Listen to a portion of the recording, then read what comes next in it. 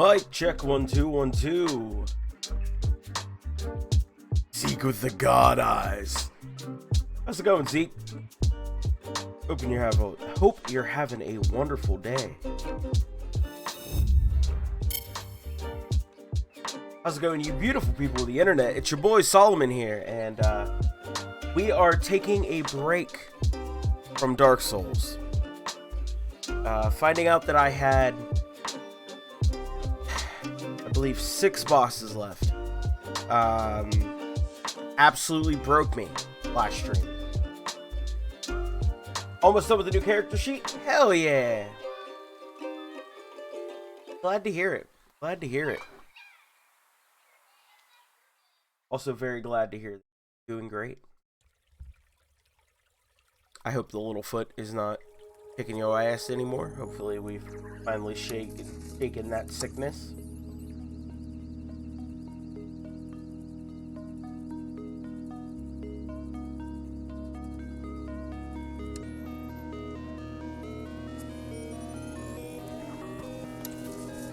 Oh yeah, dude. Last stream was an hour and a half of it was me not engaging with chat, not speaking, just being absolutely pure rage incarnate. It was not a good time, and I was fine until it was made known to me. I still had 6 bosses, even though I technically beat the game. I beat the main final boss in the main game. Just some sinus gunk now? Good. I'm glad you're mostly over it. Thanks for the 69 bits. Yeah, woo. 6 bosses indeed. It absolutely broke me. It's nothing like thinking you were down to 3 bosses and being told you had double that. Like that just I want to be free of it, if that makes sense. Like, I've put a lot of time and effort into playing Dark Souls to on stream, but I just want to move on to other stuff. Hence why today I'm playing something else. Aim to please, Zeke. Yeah, 69 is a good number to drop. Like burning everything on a boss only to find out it has a 2nd or 3rd stage. See, that's fine. That was happening. I was okay with those situations playing out. It's like knowing that I have 2 of the hardest bosses left in the game, period. Objectively the 2 hardest bosses in Dark Souls, at least Dark Souls 3. And knowing that is 2 of 6 that I have left. Thinking originally it was those 2 and 1 other boss. It absolutely broke me.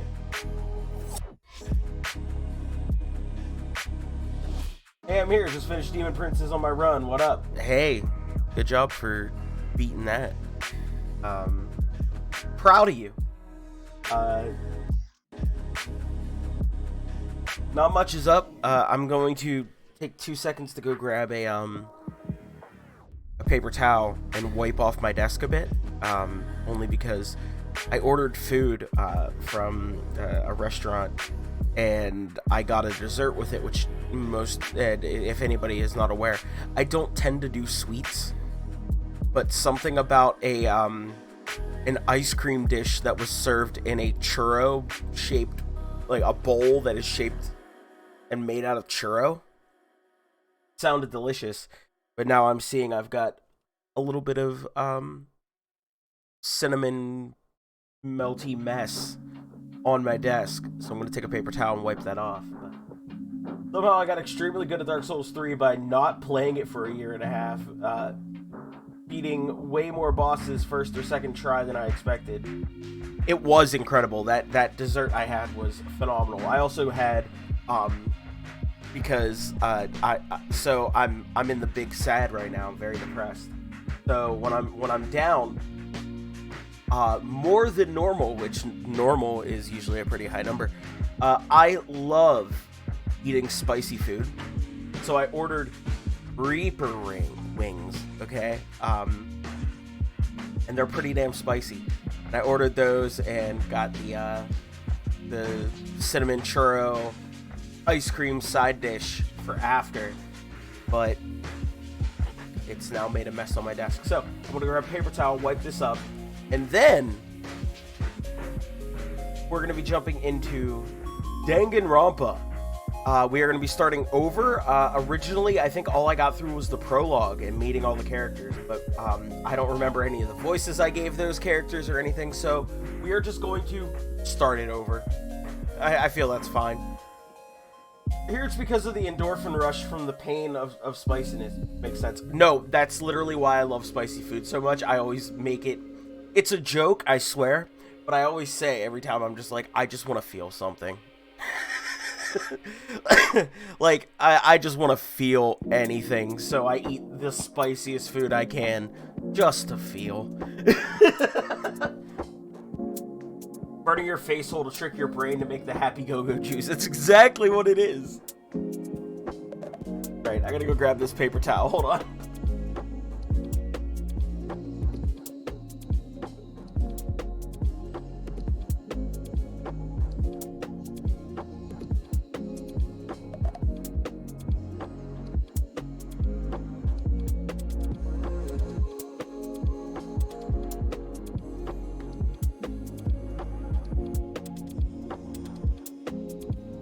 Oh, I love spicy food. It's a shame my stomach heavily disagrees.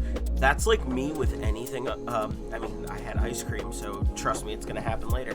Anything dairy. I'm lactose intolerant, I'm learning. Sucks. I love chocolate milk.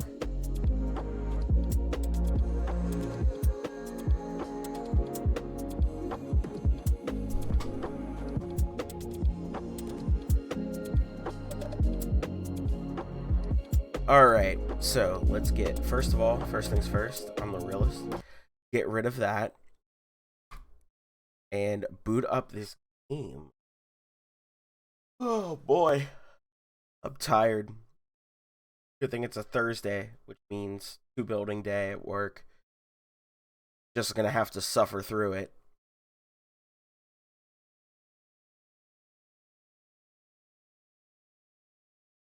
Someone can handle the spice. I just grew up that kind of mayo white and didn't have spice until I was 18 and had the mild sauce at Taco Bell.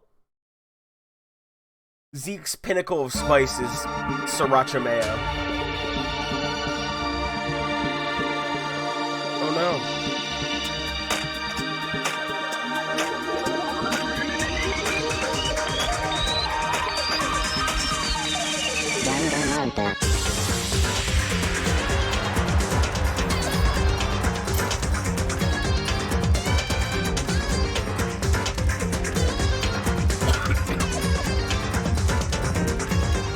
Ah, yes, Danganronpa.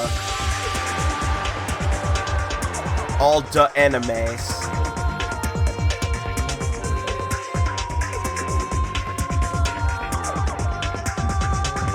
Yes, it is very loud. We will be turning it down. But look at all... Oh, God, Hifumi. I forgot about that dude. Oh, yes, Sakura! Big muscle girl! Fuck yeah! Oh, I'm so ready! Oh, I fucking love... Big muscle girl. Can't wait.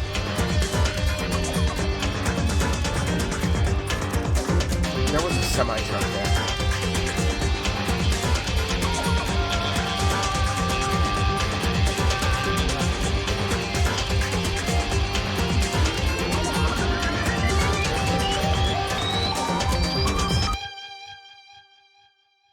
I'm so ready for this.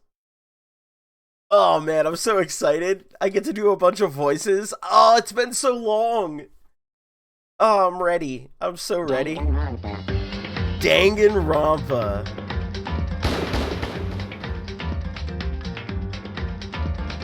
Let me just... 1 second, guys. Alright, we're gonna be starting a new game, but first I'm gonna go to the options and... turn it down a little bit.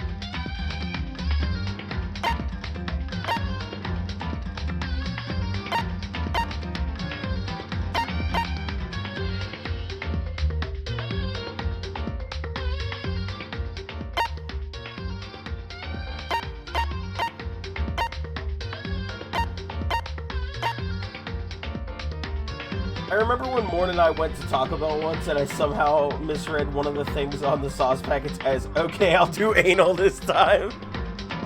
Hell yeah! Getting spicy, Taco Bell!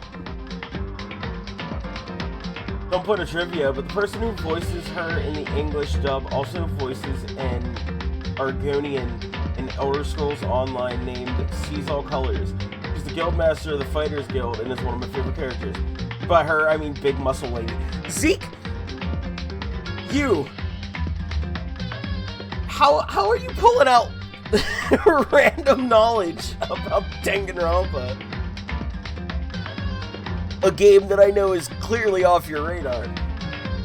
You tried so hard not to break out in laughter in the middle. I just would have broke out in laughter. I would have accepted fate.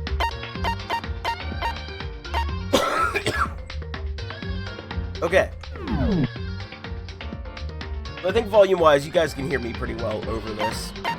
If I gotta turn it down, I will turn it down further in the process. But Amy watched it relatively recently, and I recognized her voice. It's very distinct. Fair point, fair point. I always forget that there is, in fact, anime of Danganronpa. I could just watch it and not play this game, but here we are. Oh, guys, do we want to do it? Do we want to do it in Japanese? I don't think we do. Okay, logic difficulty, gentle, kind, or mean. Action difficulty, gentle, kind, or mean. I think we'll stay on kind. I think we'll stay on normal. Ah, bump it up. Let's go. Get it in there.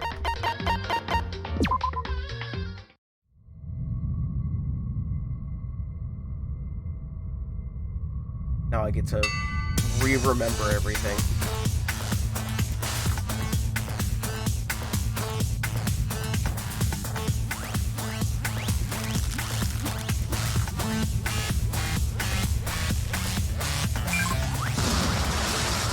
Oh, that's right. This guy got strapped in a rocket and sent to not space.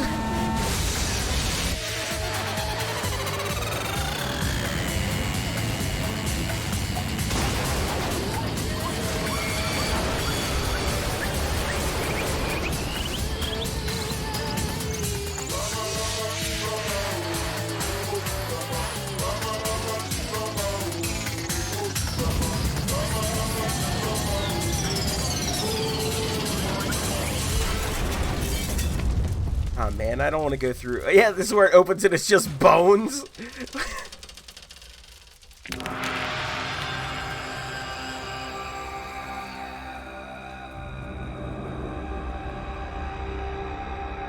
Fucking Monokuma. Oh yeah, I can't wait till you show up and talk and I get to hear your voice. Monokuma's voice is very fun to do.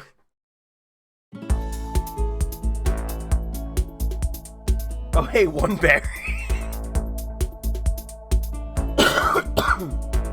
Oh boy, here we go. So it begins. The massive high school tower. The massive high school towers over all the other buildings in this bustling urban area. It's like the school stands at the center of the entire world. Hope's Peak Academy. It brings in top students from every field imaginable, a government-funded school of privilege. They say that if you come here and manage to graduate, you'll be set for life. With hundreds of years of tradition, it sends the cream of the crop into the workforce every year. It was built to raise hope in the nation's future, which makes Hope's Peak a pretty fitting name. There are two things you need to attend this school. One, you have to already be attending high school. 2, you have to be a main character. You have to be the very best at what you do. No ordinary student could enroll here. The only way in is if your life's scouted by the school itself. How the fuck is this school legal in any world, right? And standing there at the gate of the ultimate school filled with the ultimate students is us. Was me. Before we go any farther, I guess I should introduce myself. My name's Makoto Naegi. My name's Makoto Naegi. I've got big protag energy. As you can see, I'm nothing but a hopelessly average high school student. Average on the outside, average on the inside. I really don't have much going for me when it comes to grades, special abilities, even personality. I mean, yeah, I have hobbies and stuff I like to do, but it's not like I'm a psychic or mutant or whatever. Like, if you asked me what my favorite song was, or my favorite movie or TV show, I'd probably say, like, Nickelback or something. Like, have you ever heard that song from the Spider-Man movie? And they say that a hero can save us, not gonna stand here and wait. It, like, slaps. Anyway, like, if you asked me what my favorite song was or my favorite movie or TV show, they'd all just be whatever's most popular at the particular moment. Hey, my rant was relevant. Everyone knows the Spider-Man is popular right now. We see in America, we have private institutions that aren't regulated because they're private.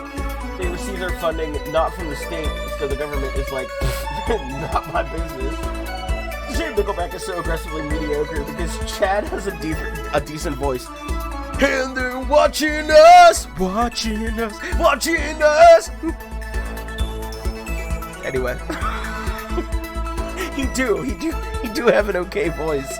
It's just they're like all the same chord progression. Brutally basic.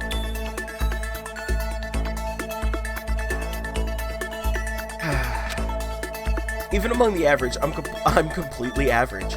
So I can't even say I'm your everyday hero type. I'm about to begin my Joker arc. Like the Joker from the hit movie Joker. That's just who I am. Anyway, I figure it's always good to introduce yourself right off the bat. But you know, if I have any kind of strong point, so to speak, I'd say I'm a little more gung-ho than other people. Starring the Joker.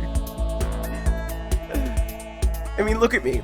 I'm completely ordinary, but still. Okay, I get it. You're so basic. Fuck. Here I am, standing in front of anything but ordinary Hope Speak Academy.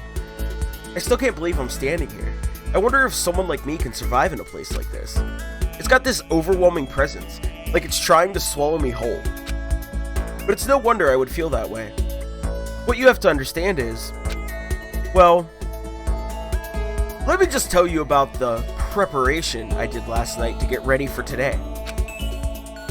I fucking deep dived 4chan. Hope Speak only invites students who are the truly elite in their field. It's such a popular topic. There are threads online dedicated to talking about the school's attendees. So to prepare, I looked up some of those threads. And all I saw was talk about ultimate students who are way beyond your average high schooler. For example, one incoming student is the ultimate pop sensation. She's stuck in like a band like BTS, which is super unhealthy in cultures like Japan and Korea and everything like that. She's probably been mentally and physically abused several times over, all to just be a star. What did I call this kid last time? The ultimate loser? I don't recall I don't remember any of the bits because it was like literally like 6 months ago. But yeah, ultimate loser feels right. Yeah, idol culture is extremely fucked. It is, but that being said, bands like fucking Baby Metal slap. Unapologetically slap. I guess she's a high school girl who's also the lead singer for a pop group famous all over the country. Look at this guy! Holy shit! I forgot about this guy. Holy fuck. Because he shows up with not that haircut at all. He's totally different when we meet him. There's also the ultimate baseball star. He was the cleanup hitter for the national high school champs. Pro teams already have their eyes on him. You know what? What team did he play for? Did he play for, like, the Ham Beasts or whatever the fuck that Japanese team is called? Oh, Japan is wild with baseball teams. Look up some of the really good ones.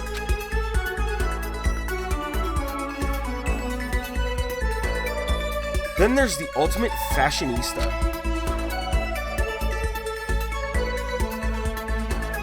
Junko Enoshima. That's the person I've seen people cosplay as. She's important. She's got Joker energy. She's been on the cover of tons of fashion magazines. She's what every high school girl wants to be. Oh yeah, dude, this is the dude that I fucking, whenever I saw him, I kept talking about just being like, oh, Urameshi.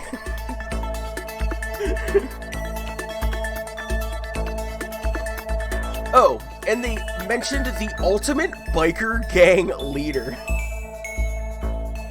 That's just Kuwabara, exactly! It's just Kuwabara! The scary thing is, he's the de facto leader of every single biker gang! Like, if you have a biker gang, you gotta follow this guy. He's the de facto leader of every biker gang in Japan. Gangs everywhere love the guy. Man, doctors hate this man. 7 tricks to starting a Japanese biker gang. Oh, man. I haven't even made it into the meat of this game, and I'm having fun again. Oh, this is so much better than last stream. On top of that, there's the ultimate martial artist, the ultimate fanfic creator, the ultimate gambler, the ultimate swimming pro, the ultimate programmer, the ultimate clairvoyant, the ultimate. Reading that made me realize how totally powerless I was. It was the country's finest, top to bottom. I felt like a tame little house cat who wandered into a pride of lions. I've seen many videos where the cat just fucks up the lions, bro. The ultimate martial artist. Wow, Goku goes here. That's so cool. Oh shit. Nah, it's fucking Mr. Satan. Fucking Hercule. But still, there was something I couldn't stop thinking about. You see, there were a few students who I couldn't find any info on, no matter how much I looked. With all those ultimate students, I'm the only one without any kind of worthwhile talent. Ultimate Google searcher. Ultimate forum mod. But then, what about those other new students who didn't seem to pop up anywhere? Would they be just average students like me, without any talent or anything? That thought was kind of encouraging. I mean, I know I don't have much in any way of personality. But beyond that, there's an even bigger issue. How did such an unbelievably average student like me get picked to come to this ultimate high school? Oh, my ultimate skill is ultimate self-doubt! I mean, I guess there is a reason. You just have to take one glance at the acceptance letter they sent me to see why. We recently held a lottery to select one ordinary student to attend our school. We recently conducted a poll where we decided we'd make one of you feel inadequate as fuck. As a result, you've been selected, and we invite you to join us as the ultimate lucky student. They spelled it out plain as day. I got invited by pure luck. Honestly, I probably would have been better off just declining their offer. But after hearing how graduating was a guarantee for success later in life, I just couldn't say no. We did it for the lulz, quote One Bear. But then, actually standing there in front of the school, I started to feel lost, like I didn't belong there. I could feel myself losing my nerve. But still, I just can't stand here in front of the gate forever. Frozen in place, murmuring to myself, I looked down at the acceptance letter clutched in my hand. It said there'd be a meeting for all incoming students in the main hall at 8 a.m. The meeting still isn't for a little while, but I should probably just head in. Yeah, let's do this. I gathered up all my determination. Like the plate of spaghetti that we can see from the hole in the wall. It fills us with determination. Gather up all my determination and tried to act like I'd done this a million times before. Fake it till I make it.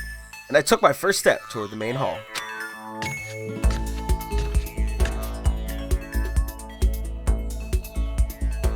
This is where we're supposed to meet, right? I guess I'm the first one here. There's a really elegant clock over in the corner. It says it's 7:10 a.m. Who the fuck shows up an hour early for school?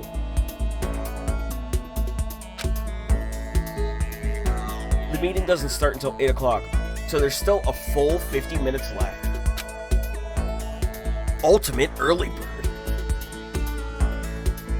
It makes sense nobody else would be here yet. I was so wound up, I got here way too early. I have plenty of time before the meeting. Just standing around waiting isn't exactly... I should take a look around the school. Maybe that'll help me calm down a little. I am a student here now, so there shouldn't be any problem with having a look around, right? It'll help me kill some time, if nothing else. Trying to play it cool, I took my first step into Hope's Peak Academy. It was also my first step towards starting a new life at a new school. At least, that's what I was hoping for. Oh shit, I shouldn't have ate those brownies! What the? But the instant I took that first step forward, my view became warped, twisted. It was like some kind of delusion, melting away and mixing together into something else. Spinning, mixing, melting away, then spinning again. And the next moment, everything went black. That was how it all began. And how life as I knew it came to an end. I had one of those nights once. That's just Monica fucking with the code again. You'll get used to it. Oh no. What a fusion of game worlds that I'm not ready for. At that point, I should have realized. The reason I was brought to Hope's Peak Academy wasn't because I had ultimate good luck. It was so I could experience ultimate despair. Welcome to Despair, Prologue. Oh no! Monokuma! It's just Monica! No! Alright, we're saving over this save data.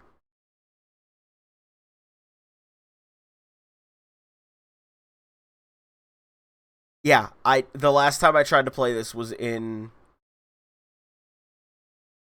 July 18th, apparently. It's been months. I'm excited, though. I'm really excited. And I get to do a bunch of voices. It's gonna be great. ...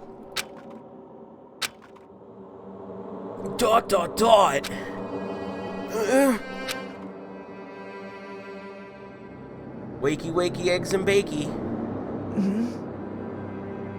What? Where am I? I woke up with my head resting on top of a hard wooden desk. My body feels heavy. My palms are sweaty, knees weak, arms spaghetti. There's vomit on her sweater already, mom's sketty. Nervous. Pretty normal for me to zonk off in the middle of some boring class or whatever. But what was I doing asleep here just now? This isn't a classroom I've ever been in before. What the heck is going on? And why is everything made out of the stuff from Paper Mario? Welcome to Hope's Peak Academy. Firstly, we'd like to explain the basic controls. You you can use the mouse to adjust your aim. If you aim at an object you can interact with, you can press the left mouse button. And presto, you'll investigate that object. WASD buttons to adjust your viewpoint, or you can press and hold right mouse button and move the mouse around. Okay, maybe I'll remember that. Why don't you try looking around the classroom? Okay, so if I do this. Oh, easy peasy, I can remember this.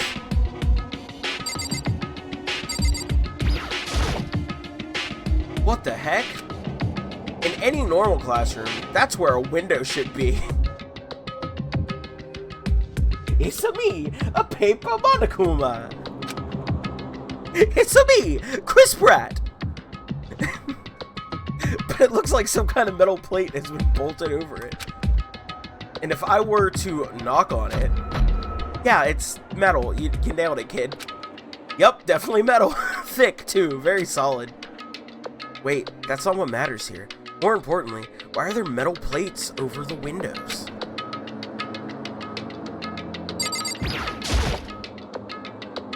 That's the desk I fell asleep on. I can still see a line of drool I must have left there. Gross. I'll have to clean that up later. Hey, what's that on the desk? An orientation guide? Hey there, new kid. The next semester is about to start. Starting today, this school will be your entire world. It's some kind of cheap-looking pamphlet, and there's something handwritten on it. I already read this. I beat you to it, game. What the hell? Is this someone's idea of a joke? Is this their Joker arc? Is that... What's the surveillance camera? Oh, Metal Gear. It's a dangerous world we live in. I guess they have to keep weirdos from just wandering in. Surveillance camera? Jeez, I can't believe it's already 8 o'clock. It was just after 7 when I first got here. Has it really been almost an hour since then? Okay, let's see. So what might have happened is I got myself so wound up, I passed out in the main hall. Then someone carried me here? That's true. It must mean this is a classroom inside Hope's Peak. But then if that's true, that just raises more questions. This is all really strange. I mean, those metal plates covering the windows, it's like it's a prison or something. None of this makes any sense. Don't remind me of Fried Ronin. It's me, Chris Pratt. The best thing about the Suicide Squad movie is knowing that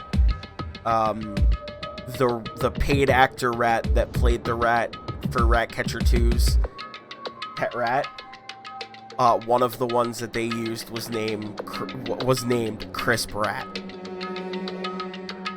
It's very good. It's a very good bit. None of this makes any sense. I should probably head back to the main hall. It's already past the meeting time. There might be other students there now. You can leave the classroom by pressing the R key. Leave the area? Yeah, get me out of here. Jeez, this hallway looks kind of weird too. This is getting stranger by the second. I honestly have no idea what's going on. Well, for now, I'll just head to the main hall. Use the WASD keys to move through the hallway. Hold down the shift key to run. Hell yeah. Also, you can press the tab key to bring up a map. Press the tab key again to close the map. How convenient. It is very, very convenient. Despair Hotel. But this is the school? Room 1B. The door's locked tight.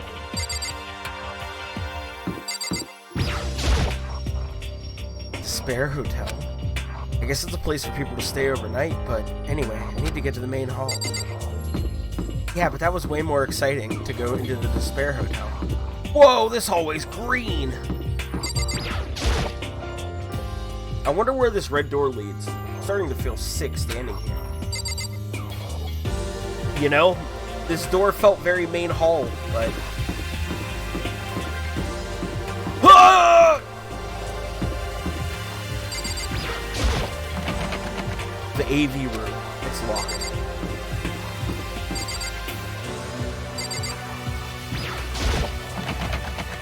The school store. I guess it's not open. Yeah, I mean, the keep out signs would have kind of gave that away, bud.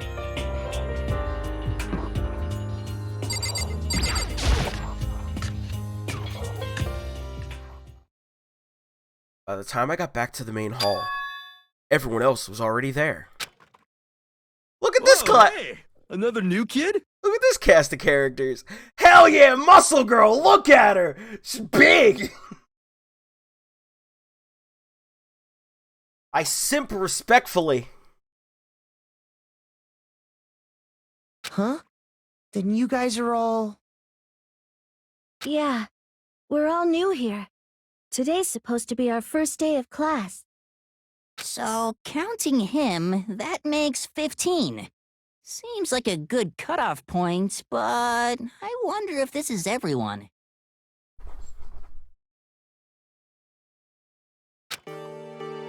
Standing before me were the ultimate students that had been handpicked by the school. I looked around at everyone who gathered there, taking in their faces one at a time. We acknowledge your request to have your head crushed by a pair of lovely muscular thighs. Request granted. Maybe I was just imagining it, but I swear I could feel a kind of aura coming from each of them.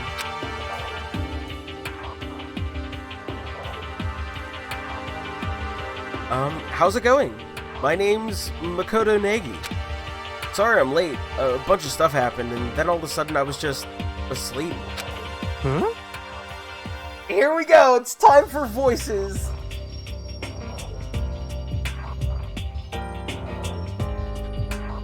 Whoa, you too? Things just keep getting curiouser and curiouser. Oh, fuck this guy. So strange. I declare beyond a shadow of a doubt that this is a strange situation indeed. What are you talking about? I honestly have no idea what's going on right now. Got it!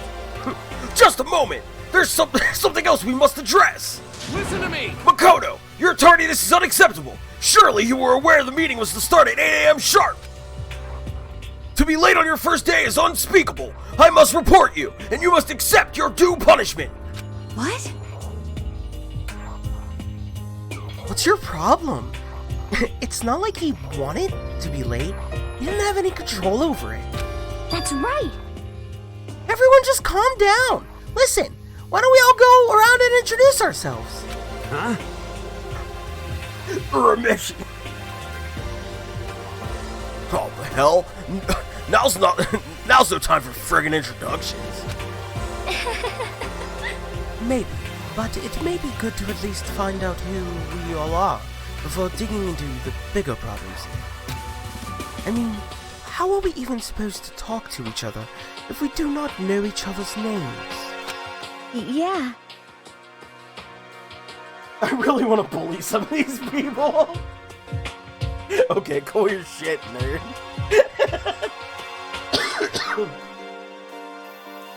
That's a good point. Okay, so let's get introductions out of the way. Then we can move on to whatever else. Sound good? I'm still totally lost, but I think it's best to just focus on getting to know each other for now. So I guess this is a good chance. This is as good a chance as I'm gonna get. I already looked everyone up on that Hope's Peak Academy thread online, but I still don't really know what kind of people they actually are. Time to find out. I'll start by talking to those 5 over there.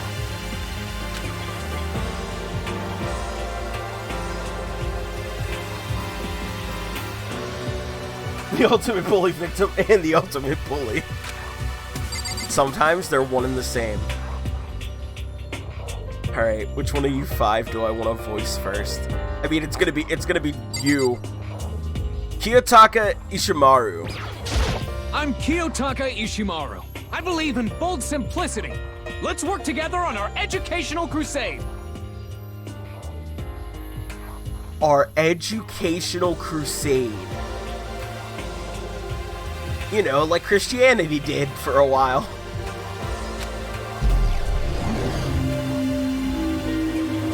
Nice Sharingan, bro. Right? So that's Kiyotaka.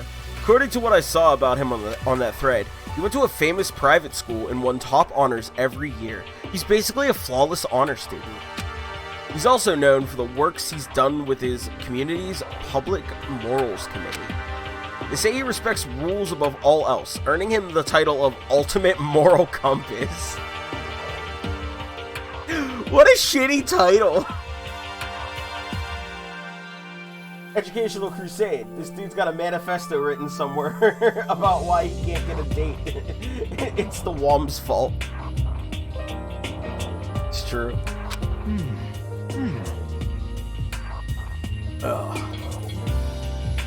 All right, it's this voice. Anyway, you can call me Taka. You said your name was Makoto Negi, right? That's a good name. Strong name. You should thank your parents for giving you such an excellent name. You hear me? And to keep that name from losing its value, you must devote yourself every single day. Got it. Life is worth putting every ounce of effort into it, right? Right. Obeying rules does not equate to morality. Oh yeah, this dude's the shooter for sure. This guy is kind of annoying. A little bit. Alright. Let's do the other for sure voice out of characters we're seeing here.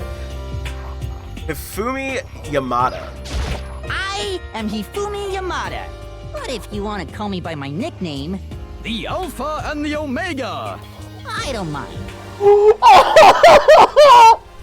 This guy is absolutely gonna have a Joker arc!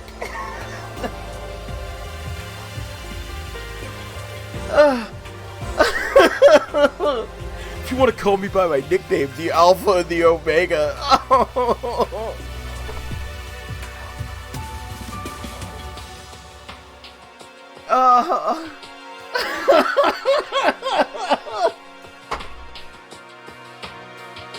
Fuck me! This guy!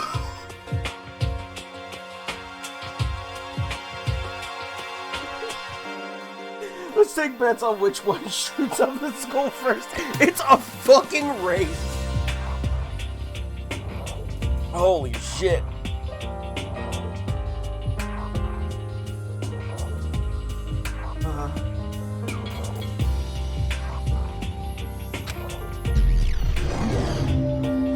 Ultimate Lonely. Hifumi Yamada.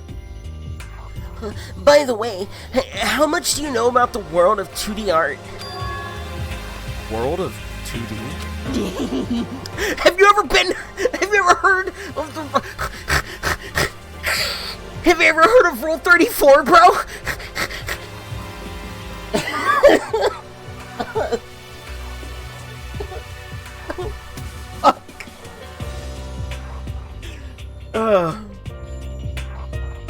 Well, in that world, I'm well known and supremely well regarded as the ultimate fanfic creator. I once sold 10,000 copies of one of my fan comics at a school festival. The event has passed into legend.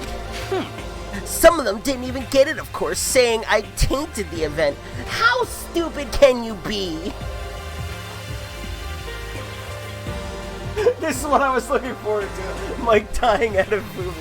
Thank you, Bookworm Princess. Hey, hi, hello. I hope you're having a wonderful day. God, I forgot about these characters.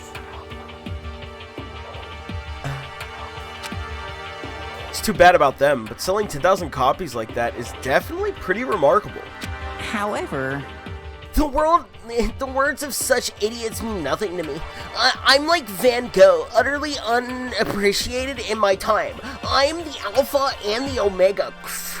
Some would say I'm going through my Joker arc. Like, the Joker from the hit movie Joker. Oh no! I am a soldier serving night and day to destroy all mindless preconceptions about fanfiction.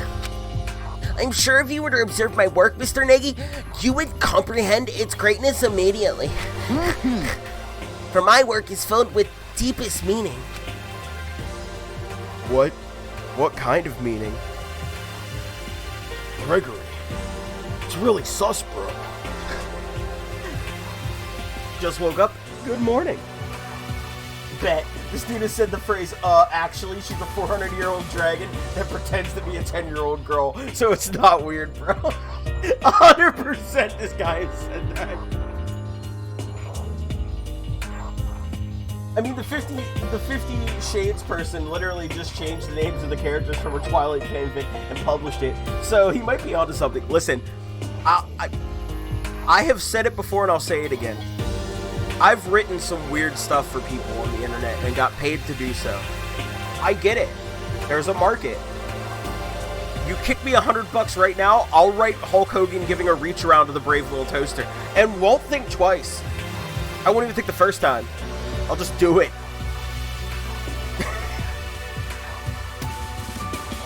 What kind of meeting?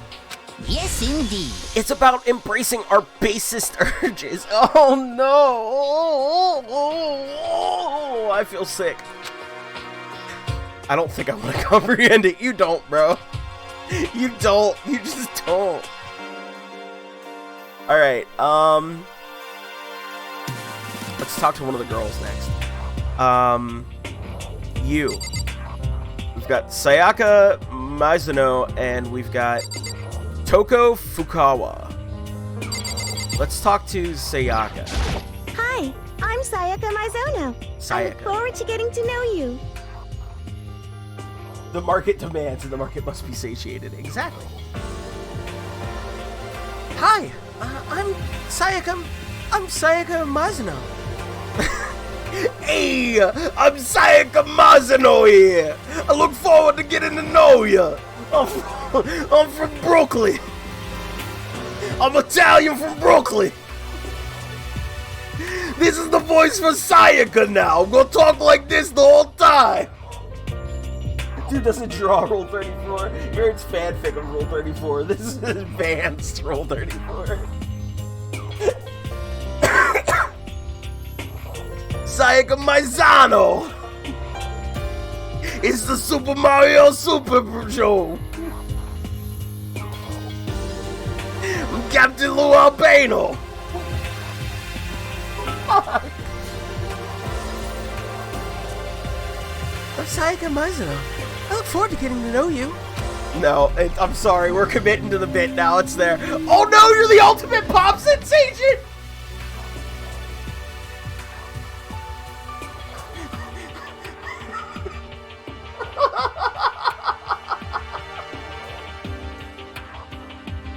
Oh no!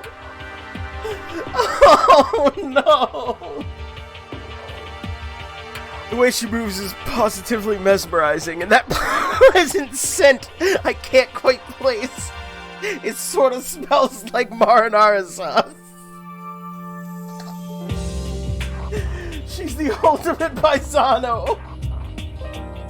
She's the ultimate pop sensation. But I've committed to the bit because of her last name. She's... Yep. Oh shit. Sayaka Mizuno. When I saw her name in that thread online, frankly, I was pretty surprised. She's in a pop group famous all across the country. In fact, she's their lead singer. As the ultimate pop sensation, she's in high demand to appear on TV and in magazines everywhere. And actually, she's not the only reason I was so surprised to find out she'd be going to the school. I'm sure she doesn't remember, but... Oh, so you guys were friends before high school. Well, never mind. No matter how you slice it, she's really beautiful. Almost like a doll or something. Look, we call him the ultimate soda sensation around these parts. The ultimate Pepsi sensation. No, it's Coke. Everything's Coke. The ultimate Coke sensation. Well then. Woo! Okay. So obviously we're not giving her a normal voice, which regret that decision already because she's probably main character material. But do I do the voice I was doing? Hey, I'm from Italian here. Or do I give it the Mario accent? I'm not at all, you know. I'm alive. The ultimate Coke sensation? You mean Rick James? Nailed it. Got it. Cheers, bud. Make her sound like Super Joe Luigi. Oh, there's so many bits happening at once and I just can't. It's gonna be both voices. I'm not at all, you know. I'm alive. Huh? Did you hear me? I'm psychic. I'm a psychic. Huh? I'm kidding. I have really good intuition. She's a sharp one. Hey, Oh, hey, by any chance? Now what? Now I'm Carl from Aqua Teen Hunger Force.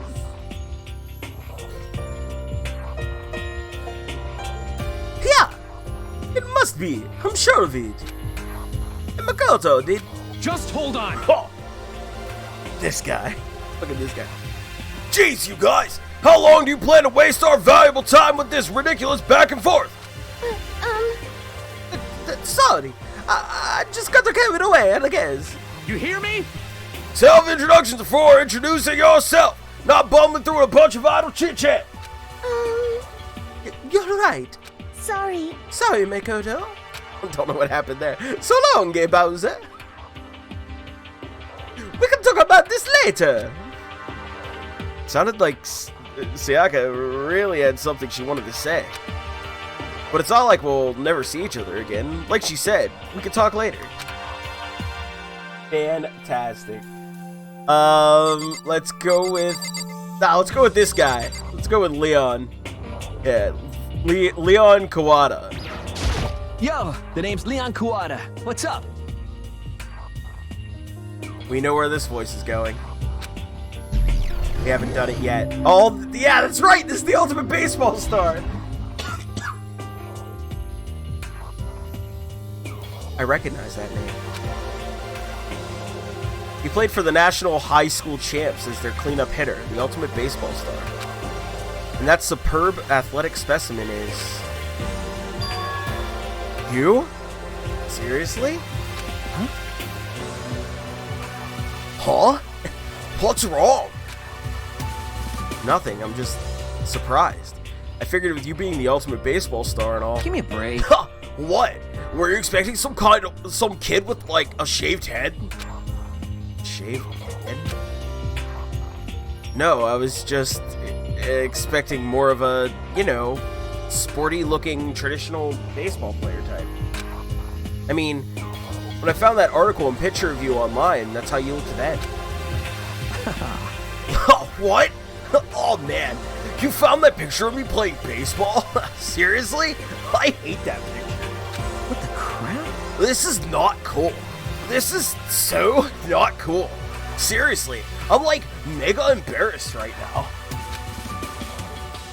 I didn't have a choice, okay? Shaving your head like that is part of national championship regulations. I mean, seriously? But now, I refuse to cut my hair, and I'm not gonna dye it back to normal either. Hey, listen. Actually, can I be totally honest with you? Ha! Yeah, that's my name now. I'm totally honest. Honest Kawada. You know... I don't like baseball. Like, at all. I've never gone to a single practice. He's never practiced, and he's still his team's star player. He's some kind of prodigy. Yeah! And as soon as I got accepted here, I quit baseball for good. I have my own dream for the future. That's right, I'm the ultimate quitter. Dream for the future? The only path in life is getting into music. You can feel that star quality aura I have, right? Yeah, like, that's me, the ultimate ska kid.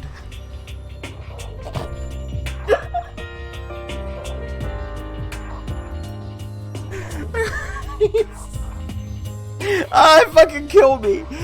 like I just picture him just fucking ska and fucking dancing to fucking ska music. Just never had to knock on wood. Oh shit, this guy's great. I drink. I can do that. I could do that.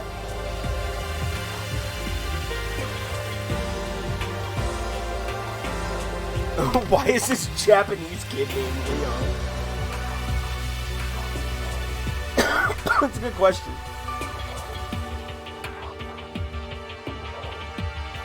His parents were hippies. You know what I mean. I'm gonna be a singer. So all I need is a songwriter and someone on guitar and we're set. How cool is that? Fun fact, that's how I got through high school. Go find music from my band Barry the Bear.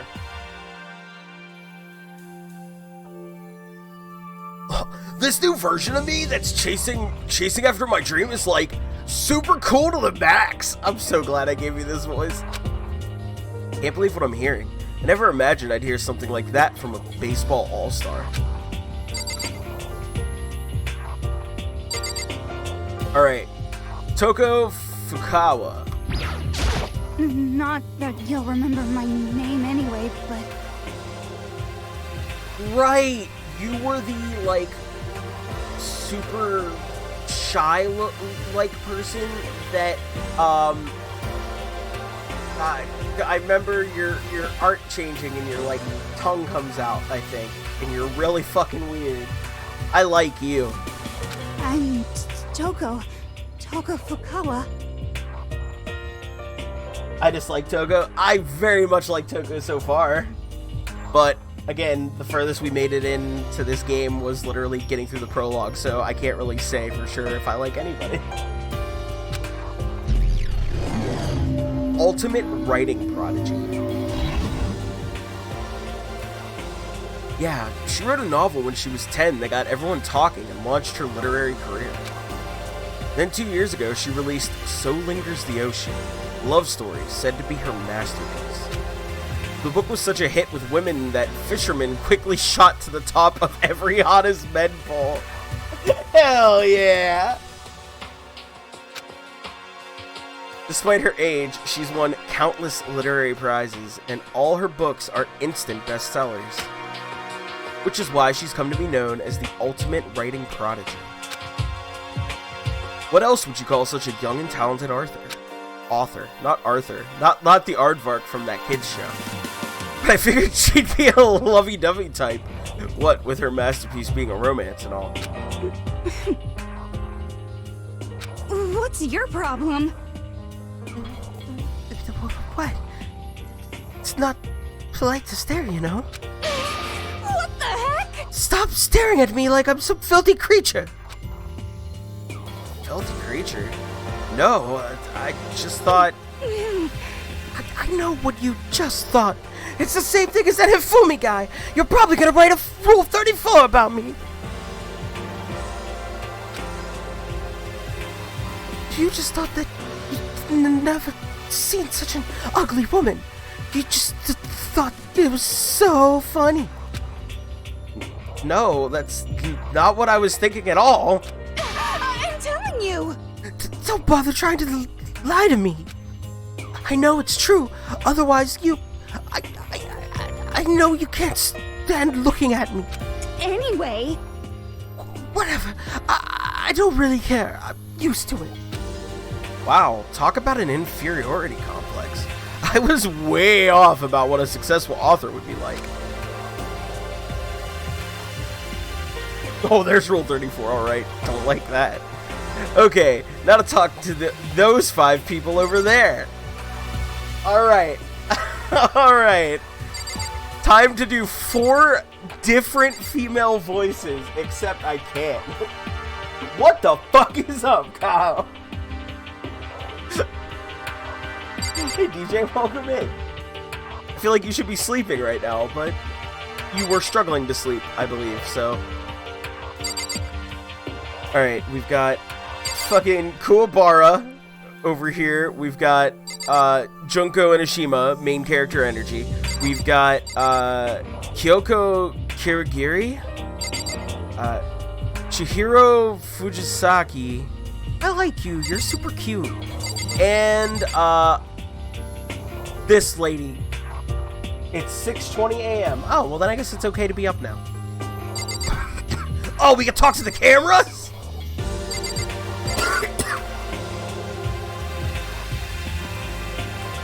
I slept for like 4 hours yesterday afternoon and 5 last night. Okay. You just got it in waves. Hero is fucking adorable, right? Look at them. Naps are the best. Yeah, I feel that. Alright. Name's Mondo Owada. Nice to fucking meet ya. I like this guy already. Name's Mondo Owada. Nice to fucking meet you.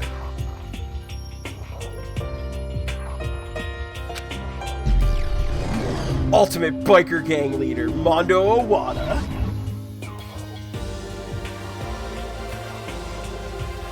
Mondo Owada, huh?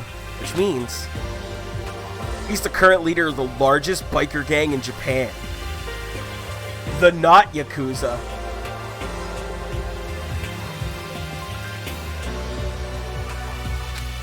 He's earned respect, even awe, from every gang in the country. He's the ultimate biker gang. God, what a hairstyle. Every anime has to have that character with a hairstyle. It's like a snake. It is.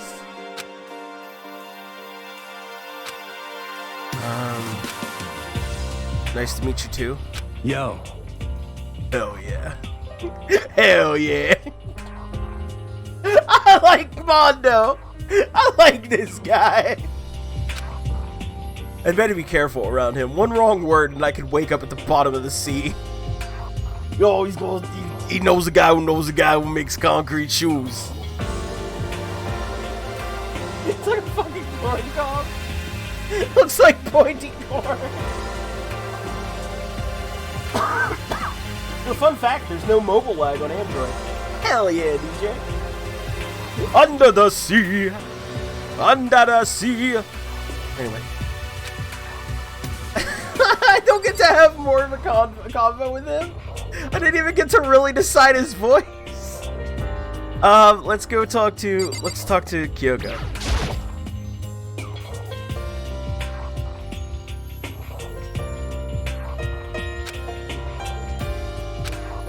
What a conversation. Can I ask your name? My name is Kyoko Kirigiri. I like your voice. Also didn't realize NXT 2.0's Tony D'Angelo's in the game. There's a character you missed, DJ, you weren't here, but I'm sure we'll see her plenty of times because she feels very important. Sayaka, or whatever her name is. Her last name is like Mazzano, basically. So it started out with me going, hey, I'm from Brooklyn, I'm Italian from Brooklyn, and then it became from that to Donna Mario. So now her voice is locked in as that, and I can't undo it. Now I gotta do it the whole game. Best girl. Well, appearance-wise, I don't know shit about them as characters. Fair point. This is a whole ass vibe.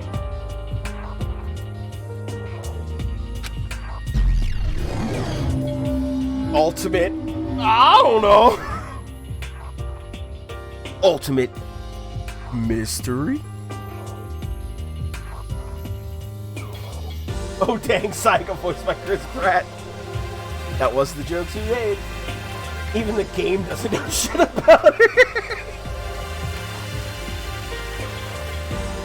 Meta.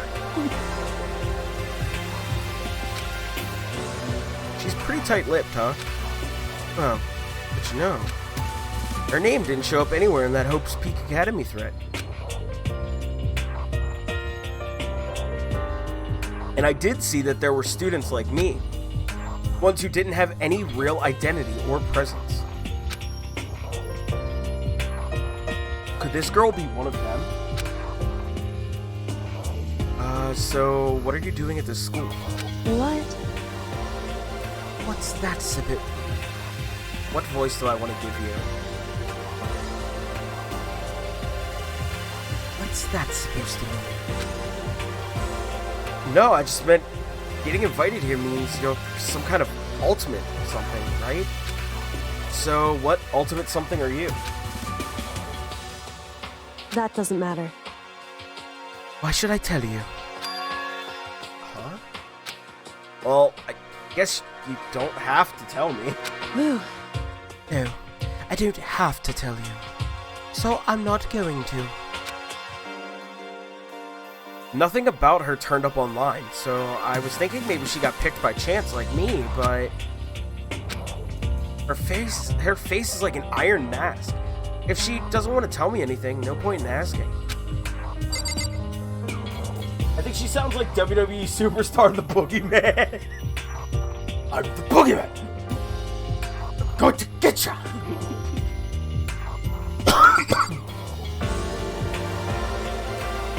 Alright, Chihiro. Hello, nice to meet you. I'm Chihiro Fujisaki. They're so adorable! Fucking look at them! They're so cute! I will die for Chihiro! Just wait, she's gonna smash a clock. I'm calling it now. Oh, shit. Ultimate Programmer, Chihiro Fujisaki. Sorry, I get kind of embarrassed whenever I introduce myself like this. Anyway, I hope we can get along. Same here. Nice to meet you. Huh? Maybe it's just my imagination, but have we met before? Don't think so. We just met for the first time, which is why I said, nice to meet you. She's absolutely precious. Oh, she's definitely the killer. Anything that cute is for sure deadly as fuck. I approve. I see she gets the Basil voice. 100% gets the Basil voice. I'm sorry. Oh, yeah, good point. Sorry. You don't have to apologize for that. Yeah. Oh, yeah. Chihiro Fujisaki is known for all the cutting-edge programs she's created. She's the ultimate programmer. I'm in. Initiate Cyberpunk.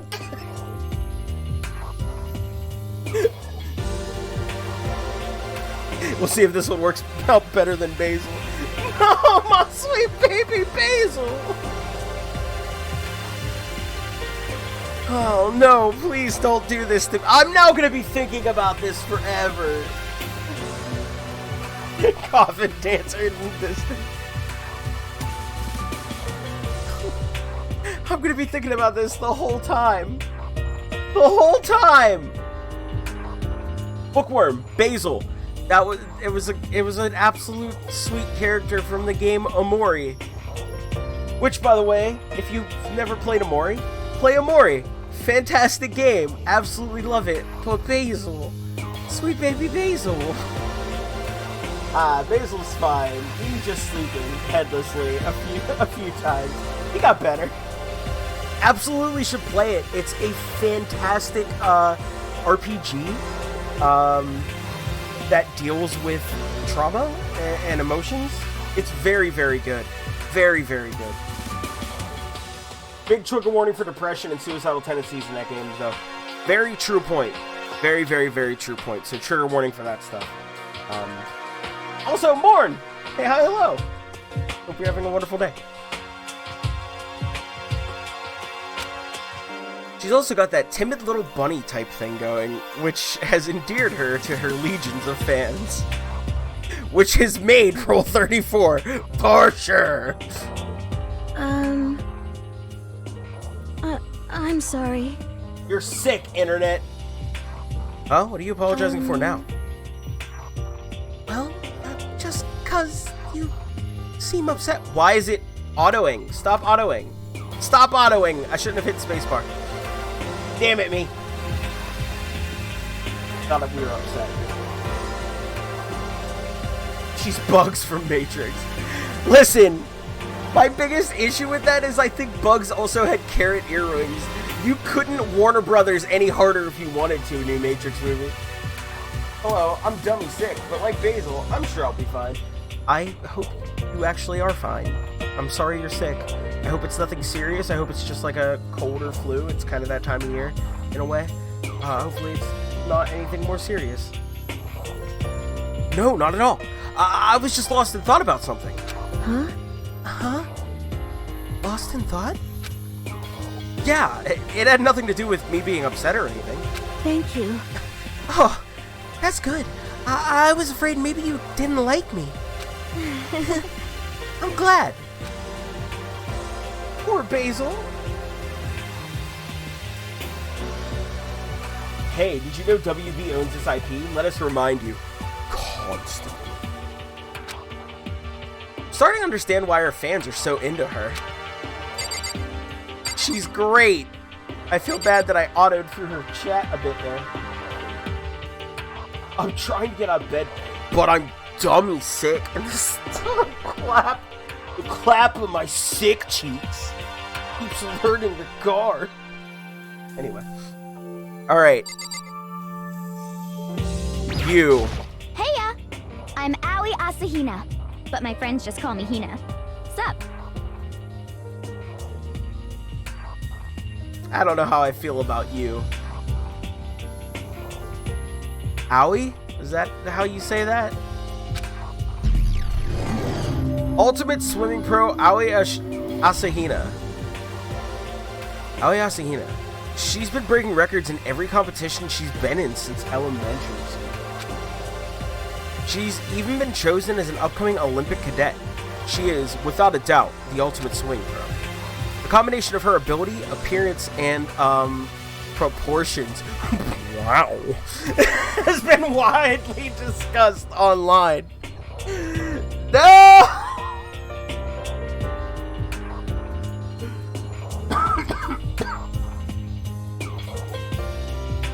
Kind of disappointed there was no ultimate Shaggy reference in the Matrix.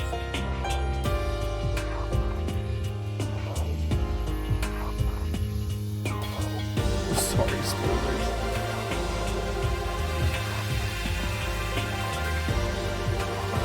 Aoi? Is it Aoi?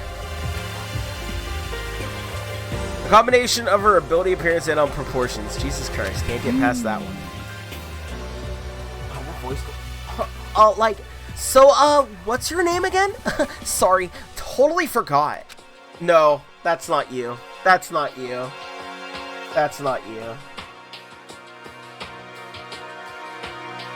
I think she sounds like Breakin' and Hope. Boy, Cockney accent then. Makoto Negi.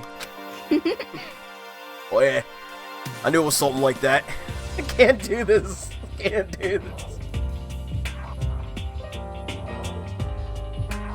No, I don't feel like she's that voice. I feel that's the voice I needed to do for Junko. Oh yeah, I knew it was something like that. No, not something like that. It is that. You got it. Sure, got it. Here, I'll hammer it into my brain right now.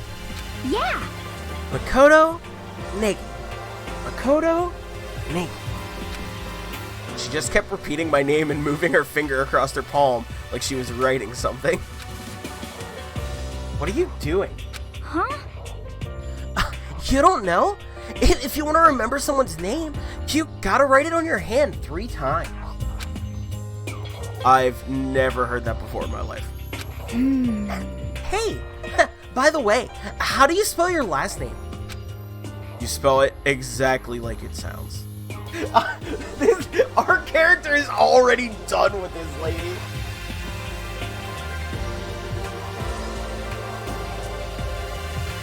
I always pronounce her name like Owie. Okay, then I'm pronouncing it Owie from now on. I don't care if it's right. She's at least nicer than Regina George. She doesn't even go here. Makoto is a dunce. Makoto is main character. He's our reflection.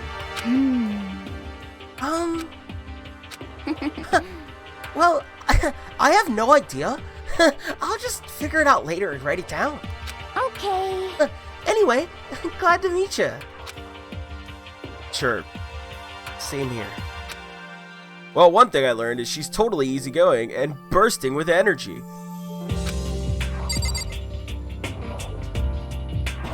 I like Yaoi without the Y. No! Oh, man. Hi, I'm Junko Enoshima. Charmed, I'm sure. You are the one that everyone cosplays. I don't know anything actually about you except you're not good vibes. You're a walking red flag. But I do very good at avoiding spoilers for games I actually want to play, so I know fuck all about you. Jugo frightens me. Oh, it's Harley Quinn! Why are you booing me? I'm right.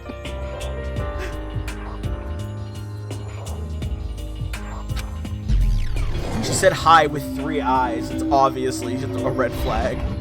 The ultimate fashionista, Junko Enoshima. Anybody would recognize this one. Cosplayers love her. A bow and a bunny, dressed like a psychopath. She's got more charm and presence than any high school girl in the country. She's the ultimate fashionista. I've seen her on tons of magazine covers, but I feel like that doesn't quite match up to reality. What?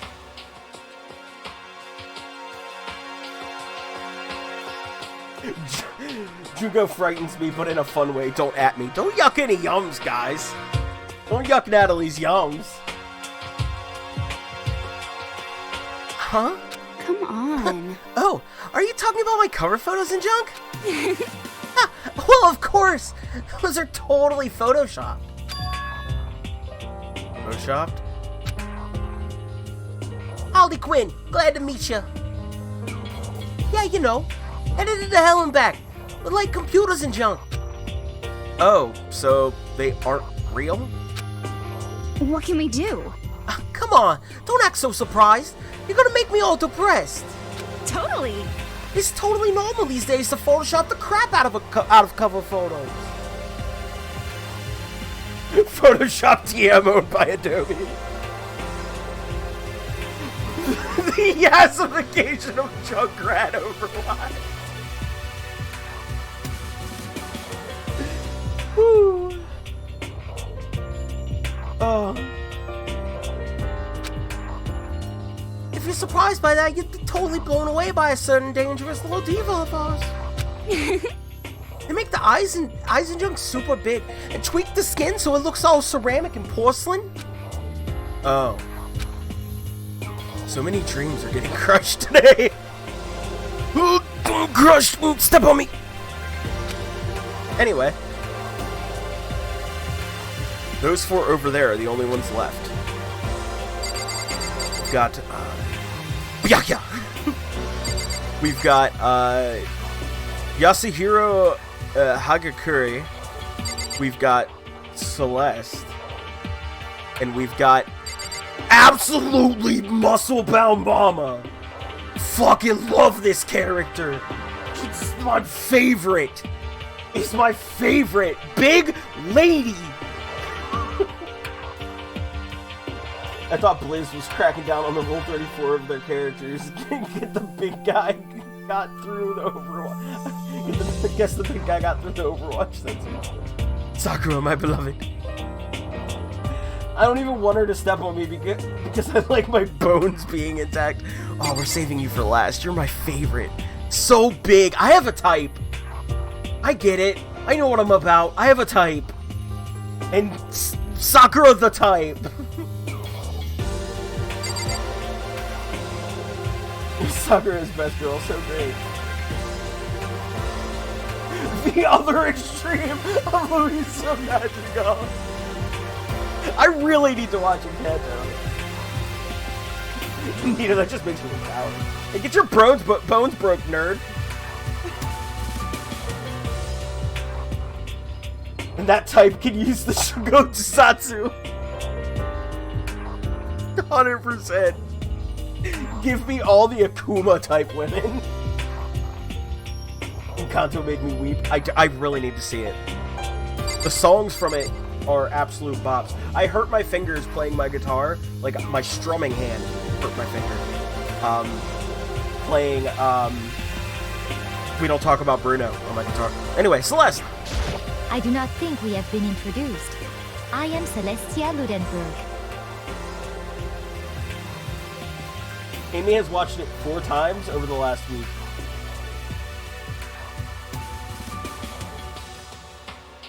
It was a bot. Disappointed. I got excited about a new name and then it was just a bot. Who says she's an Akuma type? Dan can do it too. That's fair.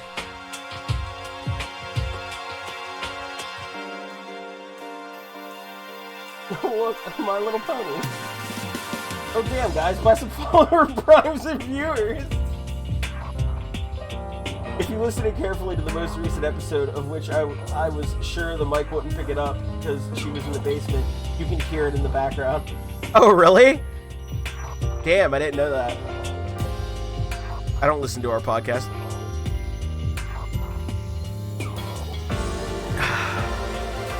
I think you get default bad fake British lady voice.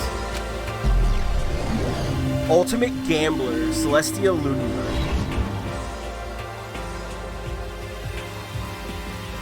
Celestia huh? Ludenberg. It is my name, but if you don't mind, I would prefer for you to call me Celeste. You are Japanese, right? Huh? Of course. Why do you ask? I don't know, the accent, the Ludenberg, I don't know. It just seems a little off to me. I don't know. I'm not an expert on the Japanese culture. I don't really know. Damn, the editor that me and Pip fired needs to be fired again from this. Yeah, when I was going through and cutting out my deaf coughs during the lulls, I could hear it loud and clear. I'm sorry. I don't know how I missed that.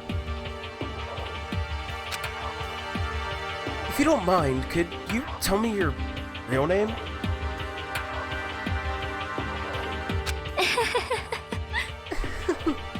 I don't know what you're talking about. Celestia Ludenberg is my real name. As I mentioned, I would much rather you call me Celeste. Your name is not that, for surezies. Alright, Becky. She's polite, but pretty forceful at the same time. I don't think she wants to say any more about it. I guess the rumors in that thread were right about her. The self-styled Celestia Ludenberg. She's the ultimate gambler who's never lost a bet. Other than her obvious love of gothic Lolita clothes, everything about her is wrapped in a veil of lies. They say she entered and won an underground gambling tournament, earning the title Queen of Liars. What a vibe! Gwen Stefani told me what that is. How's it go, girl? Gwen Stefani taught me how to smell bananas. She totally cleared out the other players, taking their life savings and laughing as she did it. I look forward to getting to know you better. That smile is beyond deceptive. I'd better watch myself around here.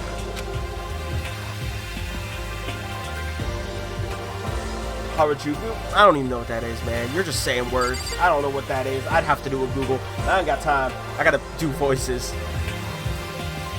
Yasuhiro! I'm Yasuhiro Hagakure. Hero for short. Take it easy, yeah? Ah. I know I will. Dude, Hero, you're the one that should have got the fucking Kyle voice. Did I do this last time? Did I get this far and realize he should have got the Kyle voice last time? Man.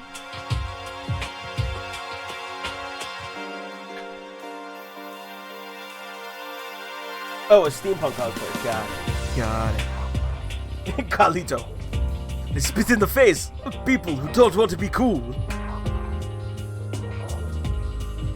Alright, Hero. Ultimate Clairvoyant. Can you tell me who's gonna die first?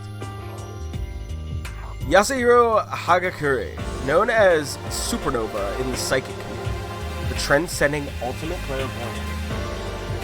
Look at this asshole's hair. It's great. Honestly, I don't really get all that fortune-telling stuff. It's pretty much beyond me. Still, I can't help wondering if there's any truth to it. Could it be... Me, an empath, realizing the situation might have bad vibes. Love it. I gotta give you a voice, but I just want to give you the Kyle voice. But I already gave that voice to Baseball Guy. Chat, do I give this guy the Kyle voice and make a new voice for Baseball Guy?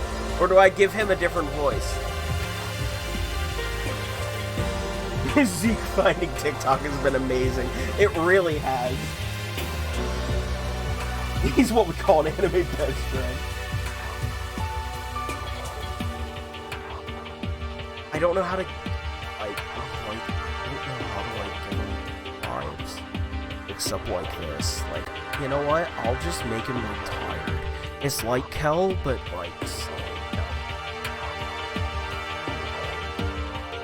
no. Okay, I give up. Huh? What happened? For serious? I saw it. Like, I looked right at it. Seriously, I totally saw it. Saw what? Guardian angel with a crazy perm chasing after Bigfoot running off with a skyfish in it. You're just saying fucking words, my guy. I can do that too. It looked to me like you saw a guardian angel with a crazy perm chasing after Bigfoot running off with a skyfish in its mouth, but I'm 100% sure I saw a giraffe with no ankles skateboarding down a mountainside with the Mothman. Like, same vibes, my guy. He seems like he says bogus. He for sure says the word bogus. And that guardian angel is your guardian angel. No, I'm just kidding. But hey, we should grab some... Oh, bro! We should grab some broskies sometime and get real deep into Lamora and its civilization, bro. Oh, yeah, bro. This is your voice, bro. We should grab a couple broskies, my guy. Fuck this game. What? We're not allowed to drink. We're in high school. You know?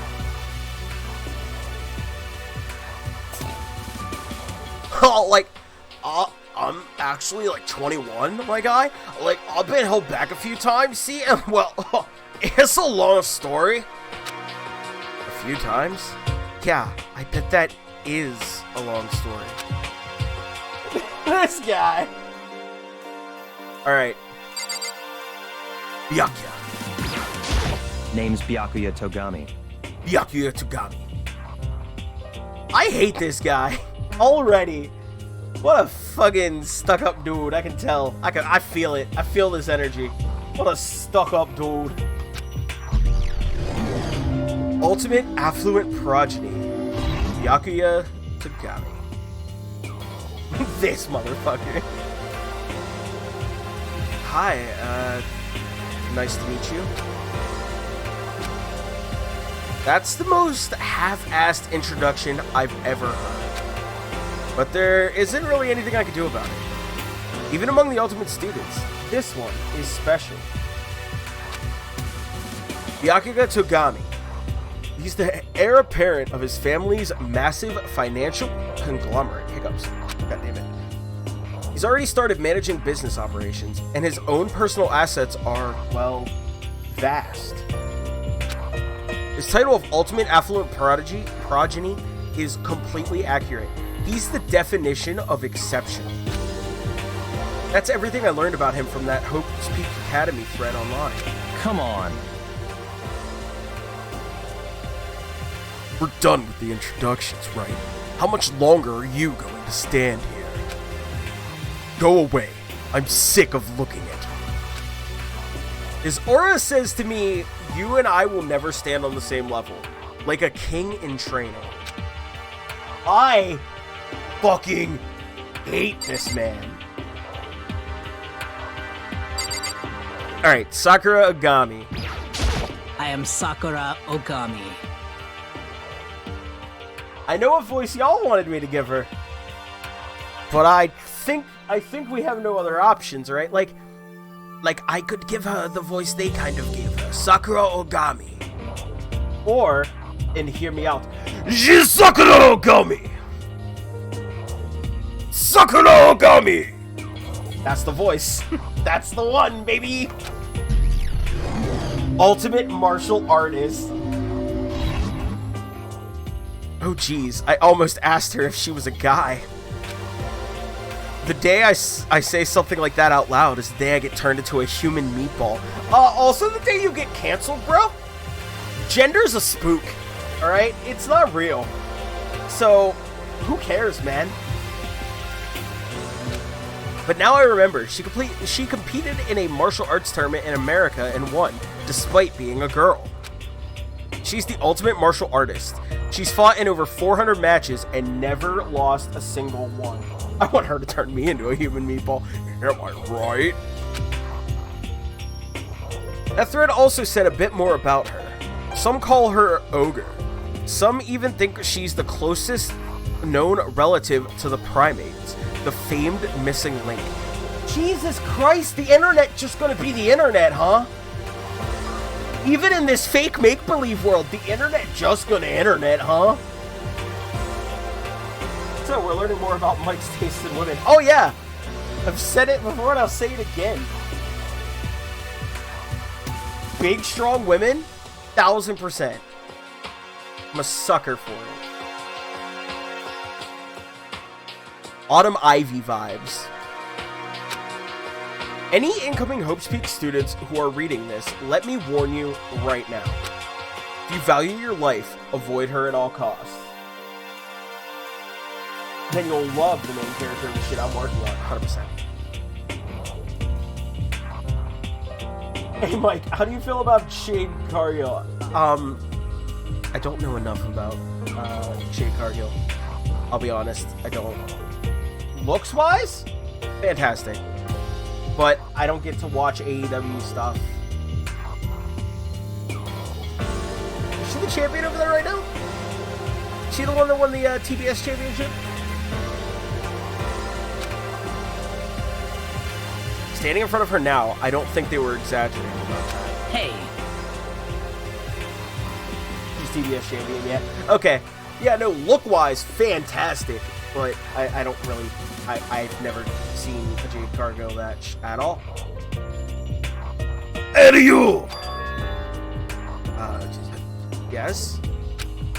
I snapped to attention without even realizing it.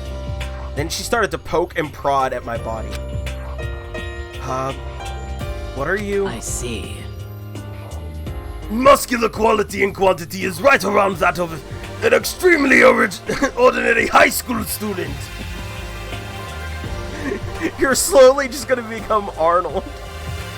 Dull, Muscular quality and quantity is right around that of an extremely ordinary high school student. Also, her manager is named Smart Mark Sterling. He's a smart Mark. I get it. Insane physique, short white hair, incredible worker considering her first match was last year. Wow. She's a queen. Sakura deserves respect. I agree. What a shame. You're not at all fit to act as my training partner. I'm not sure that's such a shame for me. And with that, all the introductions are done. Even though they're all ultimate, they each have their own individual sort of, something. Okay, time to get down to business. There's no time to stand around making friends like a bunch of dull-eyed baboons. Oh, that's true. I think someone said something about a bigger problem or something. What was that about? Listen. Hey, it's me, Sayaka! Do you remember the voice? Hey, it's Sayaka over here. Well, you see, Makoto, you said a bunch of the stuff happened and then you were just asleep, right? Well, the same is true for all of us. What? Seriously? I mean, seriously? Just after each of us got to the main hall, we lost consciousness. And when we came to, we were somewhere here in the school. That's what happened to you, right? But that's just weird. That every one of us would get knocked out like that?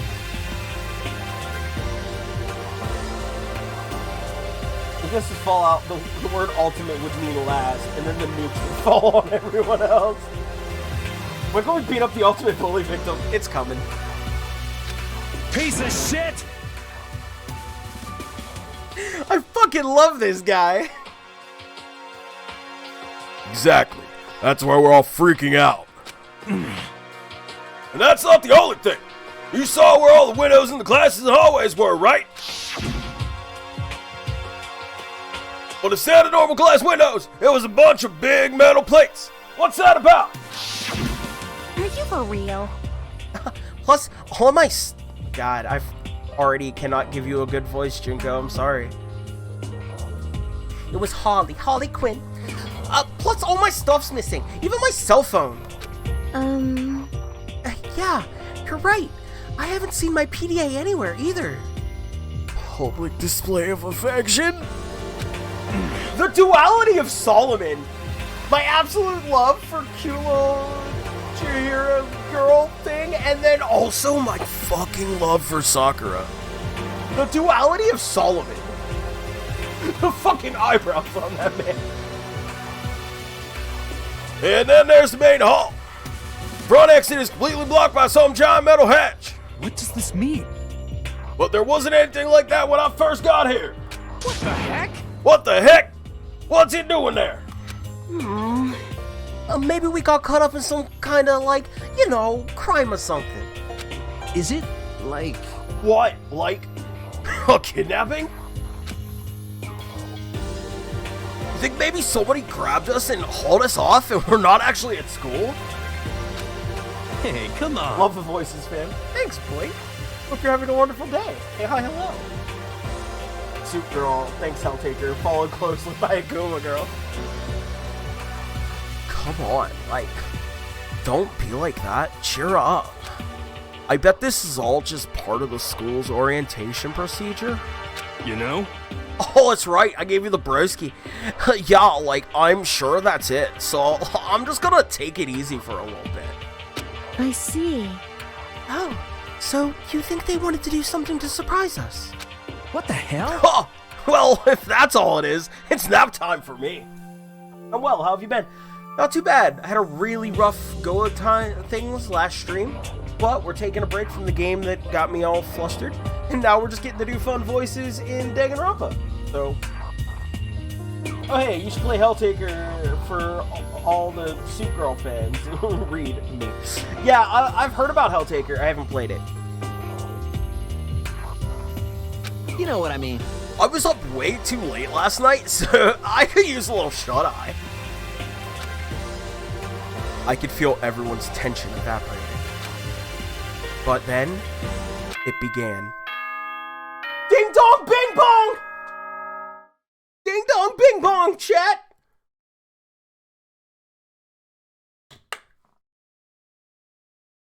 Ding dong bing bong.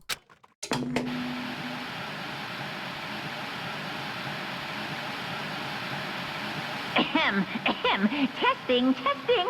Mic check 1, 2. This is a test of the school broadcast system. This is my favorite. I get to do the Monokuma voice now. I'm so excited. I love Monokuma. Fuck you, One Bear.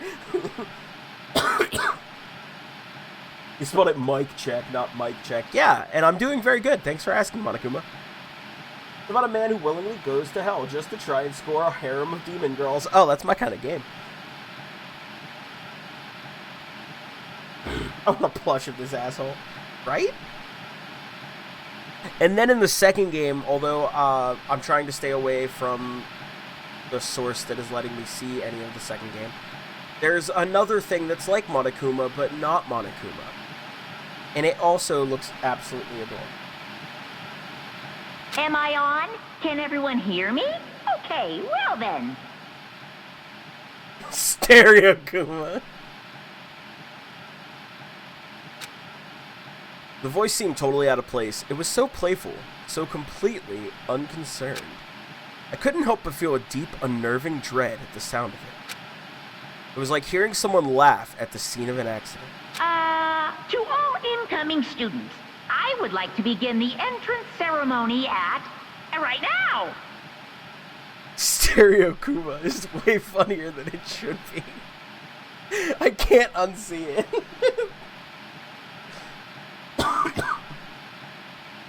Please make your way to the gymnasium at your earliest convenience. That's all. I'll be waiting.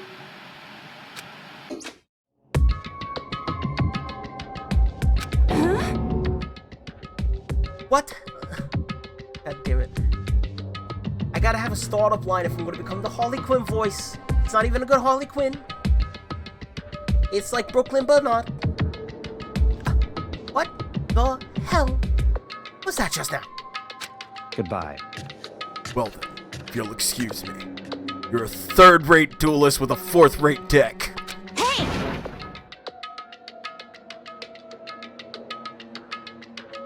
Monokuma is spiritually the predecessor of Frederick Fazbear.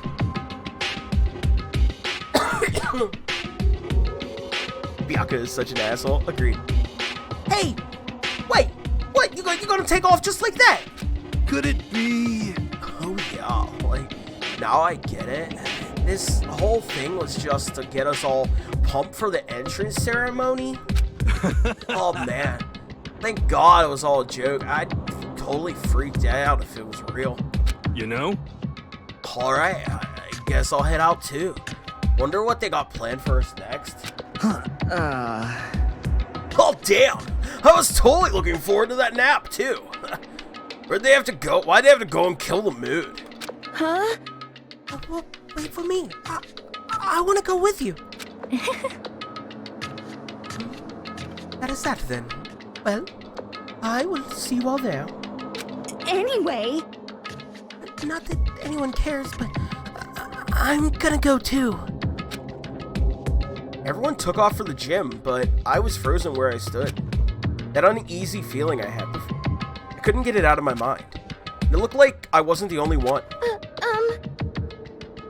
This doesn't seem right. Sayaka Maizano! This is bad. Yeah, that announcement was totally weird. However... Maybe, but just staying put doesn't mean we'll be safe. Besides, aren't you guys just a little bit curious to find out what's going on around here? I see. If we do not move forward, we learn nothing. The only choice is to push ahead. I'm like this close to just giving her Macho Man voice. This close. Just the whole time, just be like, oh yeah, if we don't push forward, we won't push anywhere at all, yeah. I guess she's right. But still, I'm really not. We don't have a choice. We have to go. You said to go to the gym, right? Cream always rises to the top. It's the cream of the crop, yeah. On balance, off balance, doesn't matter, yeah. I do wish to over. Too sweet to be sour, funky like a monkey, yeah. Alright. Do I want to talk to any of you guys, or do I just want to go to the gym? Should I just go to the gym? Hey, Junko. I actively despise you. Scare me. Let's you know what? Let's talk to everybody's favorite character. Well... Are you okay? Is everyone okay? Thanks. Huh. True, if we don't move forward, we learn nothing here. The only choice is to push ahead, and at WrestleMania, yeah, I'm gonna drop an elbow drop from the top of the world on Hulk Hogan, yeah. I want to punch him in the face repeatedly. I feel that. He's got a very punchable face, doesn't he? Oh, this motherfucker uses 4chan. Alright. Let's go to the gym. Oh, doing the Macho Man voice actually made me very lightheaded. Because it's a lot of strain on the neck muscles. Okay, y'all are bathrooms. Y'all are stairwell. Gym!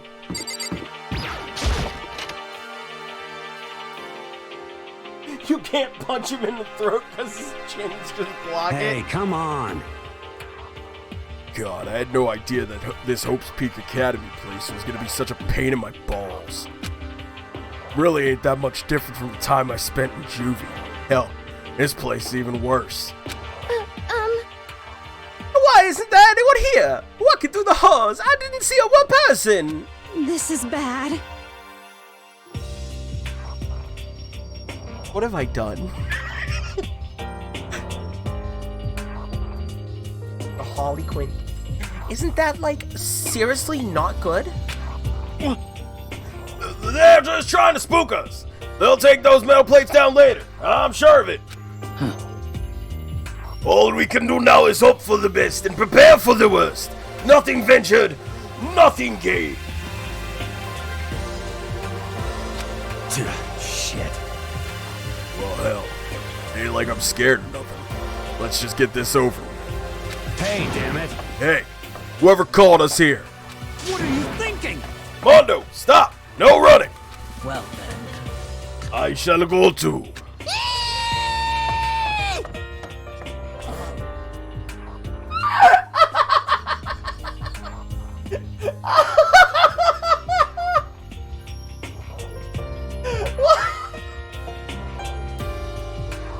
Why did he scream like that? Why did he scream like that? Oh, why did he sound like that? Holy shit. God damn. Hey, wait! Don't leave me here all alone!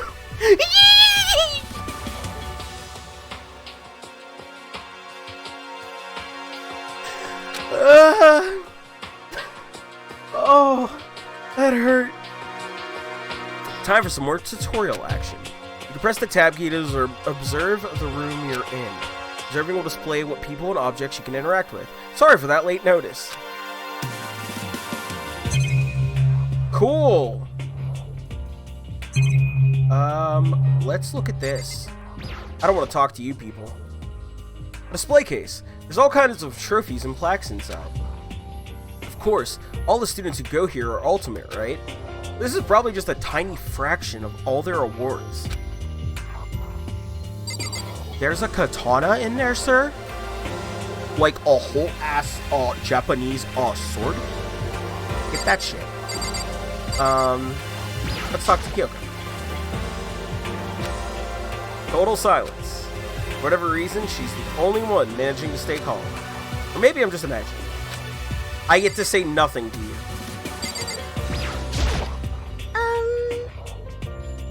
If there is a plaque, they clearly need to brush their cabinet's teeth more. Shut up, DJ.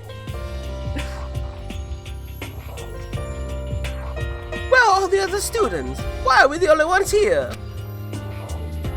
I don't care what you have to say, Junko. I'm gonna not talk to you. Still filled with uneasy dread, I did what the announcement said and went to the gym. And I saw what was waiting for us there. Oh, it really does look like an entrance ceremony. Yo! Oh, see? Like, I told ya. It's totally normal entrance ceremony stuff. Hiro was right. But in a way, that just emphasized how completely not normal all of us were. Hey there! Howdy! Hello! Is everyone here? Good! Then let's get things rolling! Oh, I think I called MC the ultimate self-insert last time. That's what it is. Ultimate self-insert.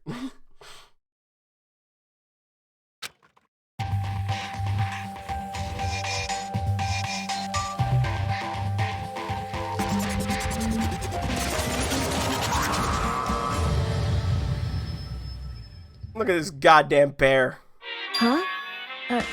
Teddy bear? I'm not a teddy bear. I am Monokuma! Monokuma! Oh, I can't wait to do this voice for an entire game! And I am this school's headmaster. I am the school's headmaster.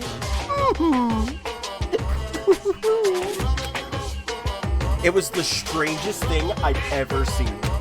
Right before my eyes, what I was seeing was utterly incomprehensible. Nice to meet you all. Fucking Monokuma. Such a bright voice and carefree attitude was completely out of place.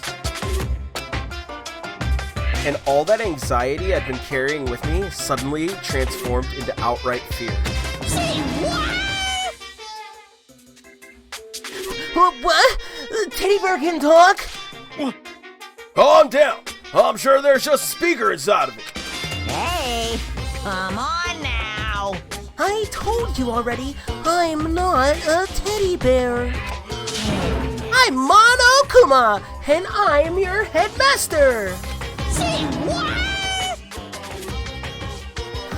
Huh? It moved! Shit. Seriously, man, calm down. It's probably just a remote control toy or something. How dare you compare me to a child's plaything? You've cut me deep. Deeper than the Mariana Trench.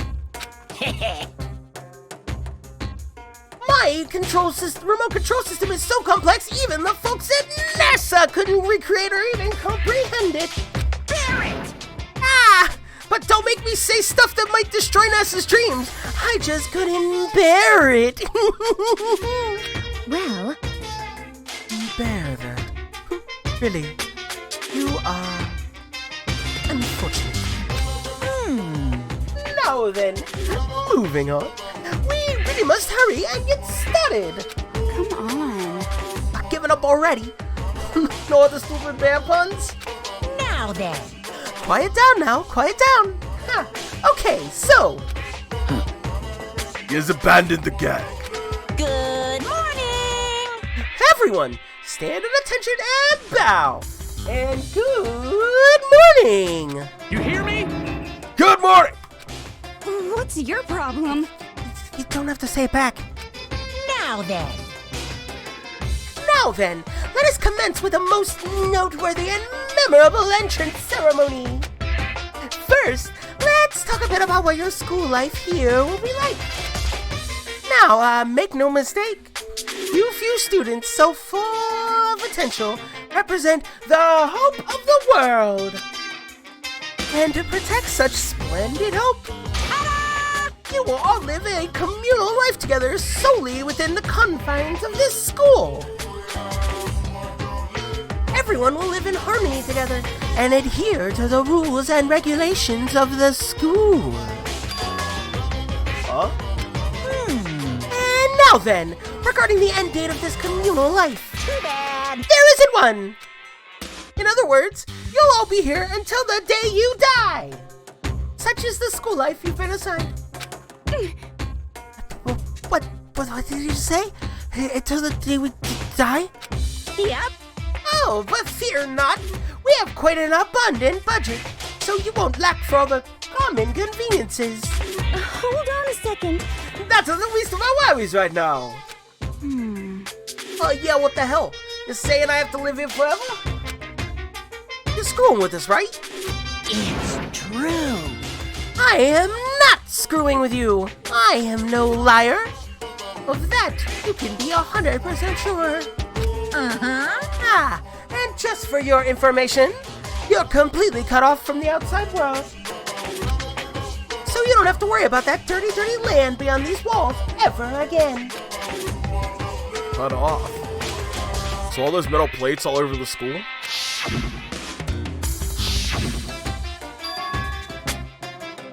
They're there to keep us trapped in here? Phew! That's exactly what they're for. No matter how much you may yell and scream for help, help will not come. So, with all of that in mind, feel free to live out your life here with reckless abandon. Hey, come on. Oh, come on! What the hell is this? I don't care if the school or whatever else is behind it all. It's just a really bad joke. Damn you! Yeah, cut this shit out. It isn't funny anymore. Unbelievable. You keep saying this is a lie or a joke. A bunch of skeptics, all of you. What are you gonna do? But I guess you can't help it, huh?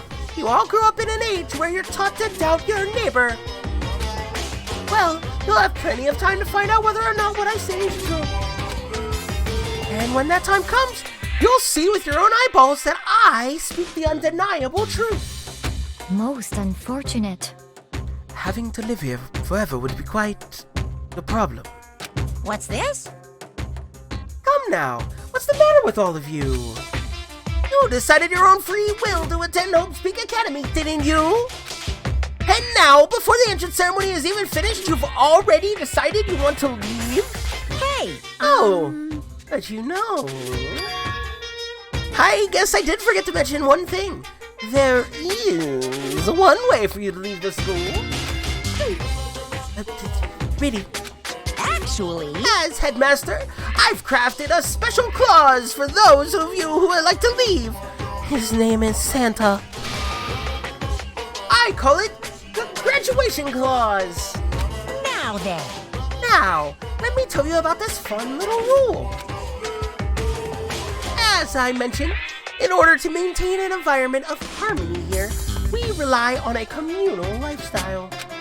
And if someone were to disrupt that harmony, they and they alone would be allowed to leave the school. That, my students, is the graduation clause. What? What do you mean by disrupt the harmony? Well, you know, if one person were to murder another... Murder? Yes, indeed. Stabbing, strangling, bludgeoning, crushing, hacking, drowning, igniting... How you do it doesn't matter. You must kill someone if you want to leave. It's as simple as that. The rest is up to you. Give it your all to achieve the best outcome in the worst way possible. Worst way possible? A chill shot down my spine. You must kill someone if you want to leave. As soon as I heard those words, my blood went cold. I bet that got your brain juices flowing. Beats the heck out of a human catching a salmon, huh? Like I said before, you guys are the hope of the world. But you know, taking that hope and seeing it get murdered creates a darkened shadow of despair. Extreme! And I just find that so darn exciting. What the hell? No, what the hell are you talking about? Kill each other? It's... Huh? To kill each other is to kill each other. I'm sure there's a dictionary somewhere if you need it. Hey, let's take the best and brightest we have as a nation and fucking make them murder each other. I know countless resources were dumped into them to achieve amazing feats very young, but let's just fucking burn all of it down. What are you saying? Like, we know what it means. That's not the problem. Why do we have to kill each other? Say what? Yeah, stop blabbering on with all this nonsense. Just let us go home. Already. Blabbering? Blabbering? What do you mean blabbering? Stop blabbering on about blabbering on! You guys just don't get it, do you? Let us go, let us go! You keep on saying the same thing over and over and over and over. Listen, from this moment on, this school is your home, your life, your world. Got it? Yahoo! And you can kill as much as you want to kill. So go ahead, go on a killing spree. Alright, like, come on, like, how long are you gonna keep this up? You know? You got us, okay? Like, just scared the hell out of us, so, like, you can go ahead and reveal the trick now. Huh? Reveal the trick. It's better than privilege being awarded. Oh, that's a fair point. I'm right? Yeah, because, I mean, you know, this is all some kind of trick and all, right? So, like, Shit. Dude, shut the hell up and get out of my way. Shoving Hiro aside, Mondo placed himself in front of Monokuma, his voice rumbling like thunder. You're fucking dead. Listen up, asshole. This shit's gone way too far. What the hell kind of joke is this? What's the matter? Joke? What? You mean like your hair? Fucking got him! Fucking shred that kid, Bear! Fucking get him!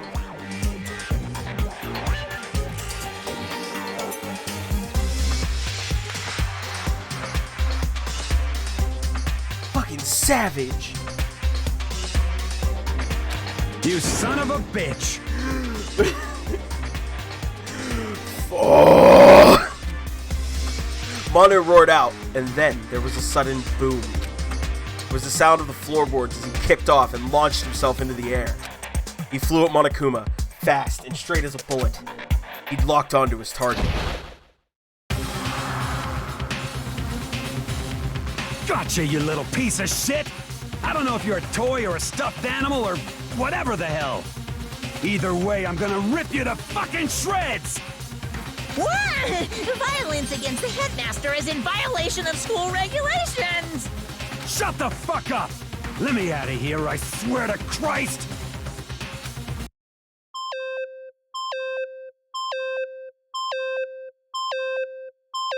Uh-oh.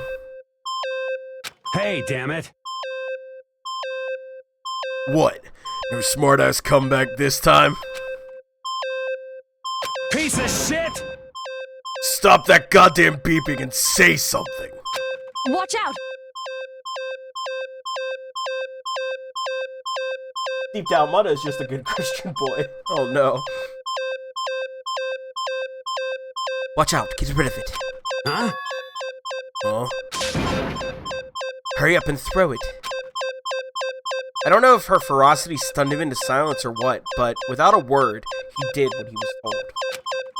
He threw Monokuma. And as soon as he did...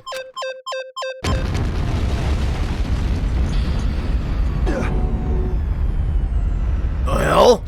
What the? That sure as shit wasn't a joke. It blew the hell up. There was a painful ringing in my ears, and I could smell gunpowder. Explosions might happen all the time in movies or whatever, but when it's in real life, I'd never seen anything like it. But you know, this means that the teddy bear's been destroyed, right? Hey! I told you, I am not a teddy bear. I'm Monokuma! Oh, here's another one? Damn you! Son of a bitch. You seriously tried to kill me just now. Of course! Oh yes, I was serious about trying to kill you. You did violate one of the school regulations after all. I'll let you off with a warning this time, but you'd better be careful from now on. Any naughty boy or girl who violates my rules won't get off with just a little swat on the butt. This is bad. Hey, so does this mean there's like a bunch more of you around somewhere? Yep. Monokumas have been placed all throughout the school, yes. Plus, don't forget the surveillance cameras installed everywhere. And if you're caught breaking any rules, well, you all just saw what happened, right? And I won't be so forgiving with my punishment next time, so don't let it happen again.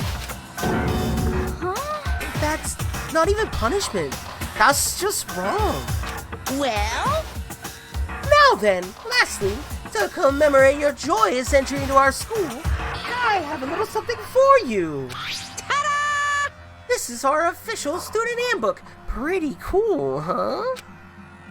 As you can see, it's fully digital, so naturally we call it the e-handbook.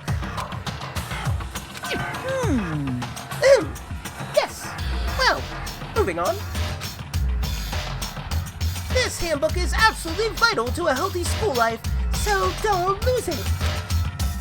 When you start it up, it will display your name. Always make sure you have the right one. Now, this is not your everyday notebook. It has so many more uses than that. What? Also, it's completely waterproof. Splash it, wash it, drown it. It'll keep on ticking. And thanks to its space-age design, it can withstand an impact force of up to 10 tons. Very resistant. It contains all of our school regulations, so make sure you review them thoroughly. You guys? You'll hear me say this a lot, but any violation of school regulations will not be tolerated. Shing! Rules are strict, yes, but they also protect. Society, for example, would be utter chaos without laws. Yes, indeed. The same thing applies here, which is why it's crucial we have strict punishments in place for violators. Okay, well, that brings our entrance ceremony to a close. Bye-bye. Please enjoy your abundantly dreary school life, and see ya! Don't forget to like and subscribe! And with that, he was gone, leaving us all in a state of shock.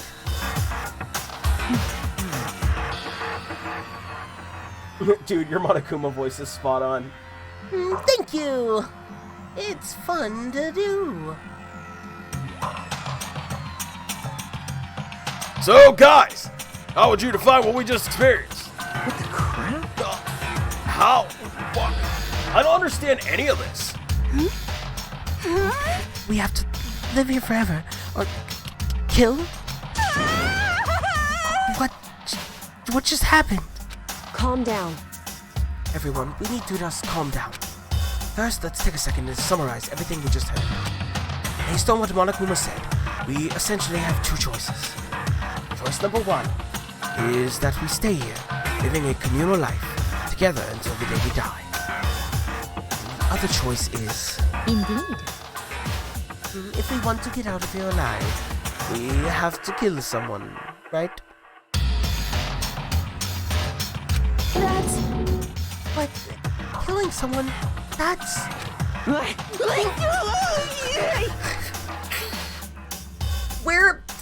We were abducted out of nowhere and stuffed into this place meant to look like a school. And now we're supposed to start killing each other? This is...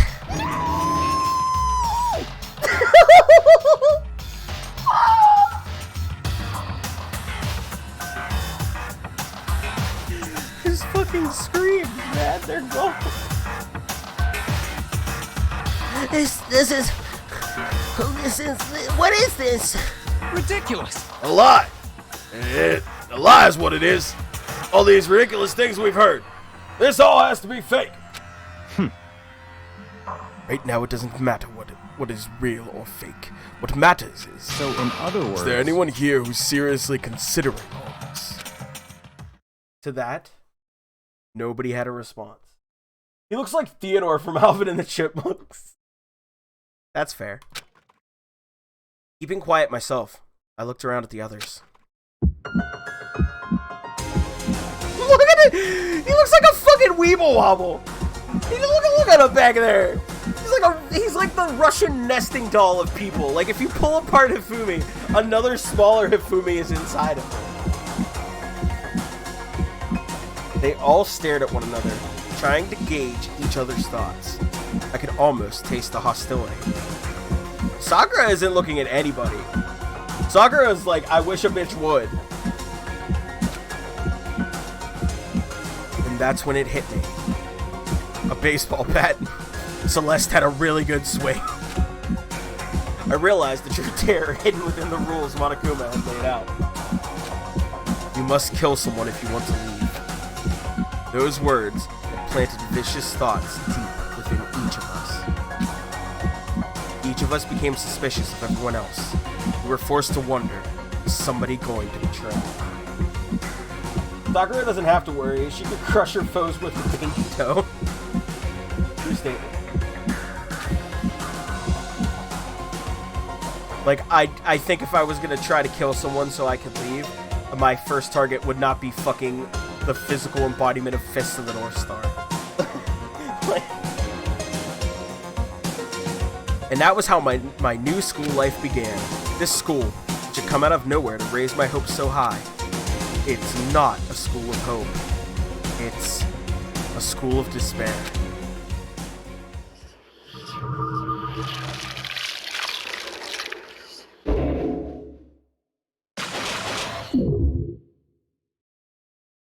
Hey, 15 students are alive.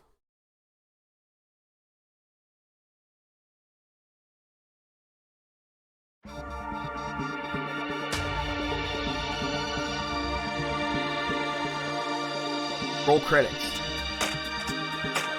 I'm going to let this play through because I'm going to try to answer the question that Bookworm has suggested. Who would I try to kill of these high school students? First of all, the answer is I'm going to get killed first. Oh damn, game finished.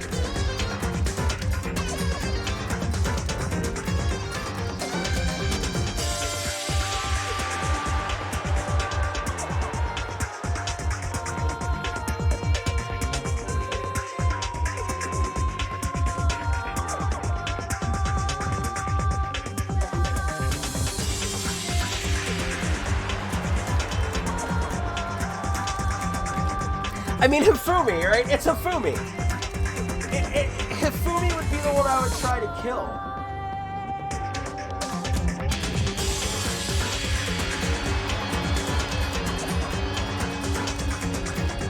I would absolutely try to kill that ultimate hentai artist.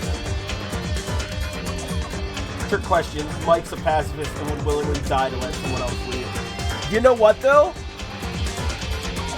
I hate that you said it, and I want to argue with you, but it's true. I would be, like, I'd fucking get punished for my altruism and shit like that, and I would absolutely die. I think the person I would kill to leave would be myself.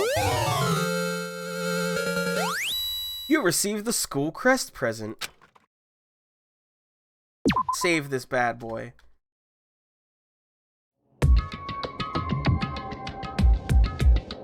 I'd absolutely go for rich boy, eat the rich.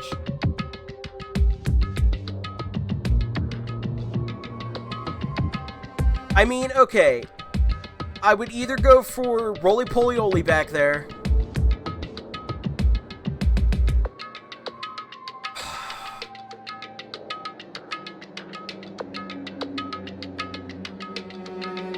Is it basil insert? Is that the answer? You gotta go easy target, right?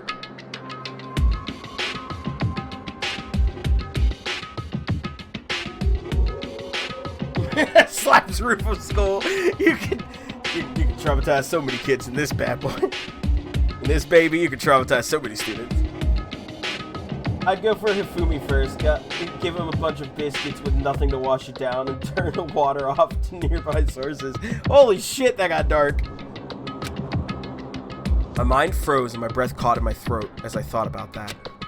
I could feel a paralyzing fear slowly making its way through my body, dominating every last nerve. The air hung heavy on me, pressing down like a weight around my neck. It took everything I had just to endure that weight. Gotta go for an easy target, and what's an easier target than a kid the size of a car, but without the physicality to flee? That's it. That's the one.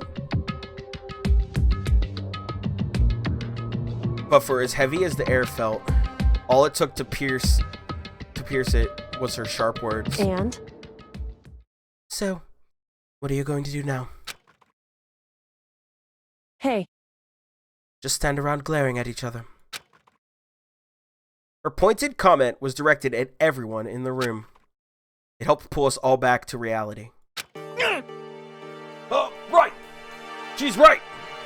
Listen to me! Sometimes, even if you're nervous or afraid, you just have to step forward. To forget such a simple fact, I can't forgive myself. I'm so ashamed! You hear me? Please, someone hit me! I can't forgive myself! Somebody hit me! Punish me! It's my kink! My safe word is banana! Soccer's the size of a car, but can also break me in half by looking at me. Hacks. Huh? Oh, Jesus. You have time to yell about it. You have time to do something about it. However... Perhaps, but what is the mission exactly? Stupid. Idiot. To look for a way out. Duh. What the... And we totally need to find whoever was controlling that stupid bear and beat the hell out of him. But... Before we do that, maybe we should take a look at the handbook. Chihiro might be the answer. I couldn't bring myself to, but it's so timid. They're not gonna program me to death. They're not gonna make Skynet in here. Sakura would have to be taken down stealthily. Poison. I guess that would be how you would take her out. It's probably best to check out the school regulations Monokuma mentioned before doing anything else. This is fine. True. If we stumble around with no clue what the rules are, something like that might happen again. Oh, shit. Alright, so then... Fine. Let's just hurry up and check out the stupid rules already.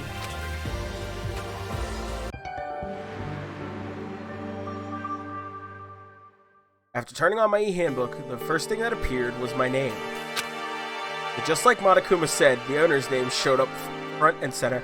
Fucking Aoi is looking over. That's how you spell it. Makoto Negi. I'd take her out for a nice dinner. Good call, Dr. Worm. So just like Monokuma said, the owner's name showed up front and center. Then, from the main menu that popped up, I selected the school regulations icon. An itemized list appeared on screen. It was the school regulations. In other words, the rules being imposed on us all. Students may reside only within the school. Leaving campus is an unacceptable use of time. It's unacceptable use of time. Absolutely. Nighttime is from 10 p.m. to 7 a.m. Some areas are off limits at night, so please exercise caution. Good morning. Hope you're having a wonderful morning so far. Getting close to the end of stream, we've been playing Danganronpa. Because I needed a break from Dark Souls. Sleeping anywhere other than the dormitory will be seen as sleeping in class and punished accordingly. That's disappointing. With minimal restrictions, you are free to explore Hope's Peak Academy at your discretion. Violence against Headmaster Monokuma is strictly prohibited, and as is destruction of surveillance cameras. Anyone who kills a fellow student and becomes blackened will graduate, unless they are discovered. Thank God that other game is unwatchable. Hey, it gets a lot of views. A lot of people like it. Additional school regulations may be added as necessary. Feeling a slight dizziness, I raised my face up from the screen. As I looked around, I saw the same stormy expression on everyone's faces. Stop fucking around! This is bullshit. What the hell kind of rules are these? I'm not gonna let them control me. Well then, why don't you wander around school without a care in the world and see what happens? Personally, I would love to see what happens when someone breaks one of the rules. However... But if he got punished like what we saw before, I don't think there'd be a respawn waiting for him. I fucking hate this guy. Yo. Ever since I was a kid, I grew up with my older brother pounding this into my head. When a man makes a promise, he has to keep it, even if it kills him. And? So what? What? I've made a ton of promises that I still have to keep. That's so what? Piece of shit! So I can't afford to die in here. None of that made much sense to me, but, you are saying you will follow the regulations. Added. That's true. Oh, well. Yeah, I guess you're right. Oh no, I forgot! I forgot about you. It's been too long. I have a question. Me, Sayaka Maisano. Regulation number 6. What do you think it means exactly? Anyway, because a fellow student becomes blackened, will graduate, unless they're discovered. Talking about the second half, right? Where it says, unless they are discovered? I was wondering about that myself. It's saying that if you want to graduate, you have to kill someone without anyone finding out it was you. But why? Well, why do we have to do that? I don't see any reason to worry about it. Just worry about following rules as they've been explained to us. Such ignorance. Frankly, I don't want to hear anything from someone who waits for others to decide what to do for them. Don't jab at me. Give me a break. More like a full-on stab. Huh, well for now, let's forget all that silly junk about murders or whatever. Okay. Now that we know the rules, let's start exploring the school. True. We need to find out exactly where we are. Is there any way out? What about food and supplies? You understand? There are tons of questions we need to answer. Let's do it! Oh, damn straight. Okay, let's all start looking around. I'll be going alone. What? What? Why? That's a pretty stupid idea, don't you think? Someone might already have started thinking about murdering one of us. Are you saying that? What voice should I give this? I gotta stick to one. Yugi boy? Are you saying we should stand around with them in our midst and make it that much easier for them? Hold on a second. Well, hold on a second. That would never. What? Don't bother saying it couldn't happen. You can't deny the possibility. That's why you all seized up with fear when that graduation rule was made clear to you. Am I wrong? What a prick! Byakuya Senokaiba confirmed. First to die, please. No. I'm okay with him living. longer than fucking Hifumi.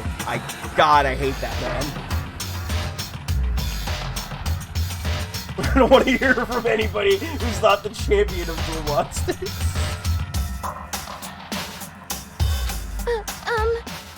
But... So, I'm simply acting in accordance with what I think is best for me. Just hold on. Hold on. Like hell, I'm gonna let you run off and do whatever you want. What? Out of my way, Plankton. What?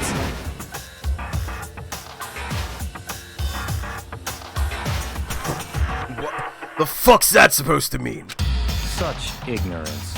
One tiny bit of plankton drifting across the sea. So minuscule, so insignificant. They couldn't possibly have any kind of influence on the boundless ocean. You're fucking dead. I'm gonna kick your ass. Stop it. We shouldn't What? fight. The fuck you just say? You some kind of goody-goody little bitch? You wanna throw down? Who do you think you're talking to? Who do you think you are talking to me like that? You think you're my fucking dad or something? No, I wasn't. You son of a bitch. Fuck you!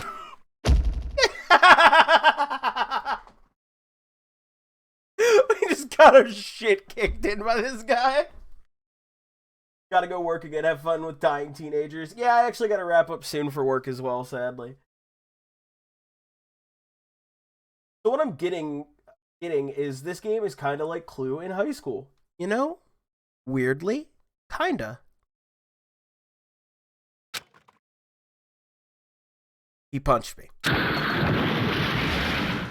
And apparently, he punched you so hard you got knocked into space. Did you hear that? You were in the middle of an open gym. What did you break through? Who took the time to set up a table like it was like the Dudley Boys about to 3D someone through it like in wrestling? What happened there?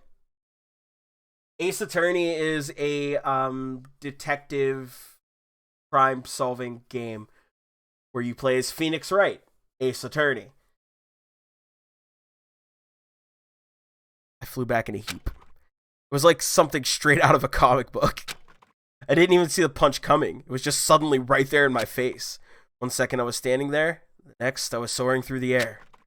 Now that I think about it, maybe I'd kind of forgotten the kind of people I'd been trapped here with. My common sense had just stopped functioning. Being around all these ultimates had blown my fuses. So I guess I shouldn't be surprised it led to something as absurd as this. But I just lost track of that sense of reality. That was my last thought as my consciousness started to fade. Or it finally cut out completely. When I finally opened my eyes again, what I saw was...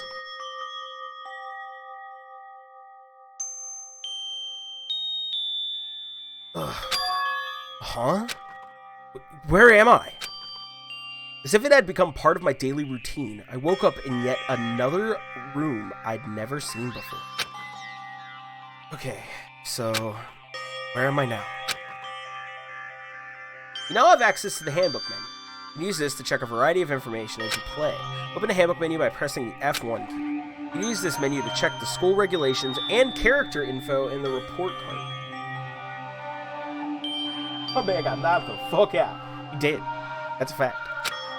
At certain points, map and truth bullets. Ah, my favorite kind of bullets, the truth ones. Map and truth bullets may not be available. You can also save and load game data under the system section. Finally, press the F2 key to review the transcript. This records all pertinent info, so use this to review comments from everyone involved. Ah, yes. Lots of stuff to click in here. Let's start here. It's some kind of lint roller. I guess we're supposed to clean up after ourselves? That's fair. Bolted up windows. There's some kind of metal plate mounted. That's true, there is that. It's a notepad. I guess the school must have given one to each of us. That checks out. There doesn't seem to be anything particularly strange about this bed. Says who? Trash can. Just an everyday trash can. I don't see any kind of trapdoor or hidden compartments or anything. Nice! I got a Monokuma coin!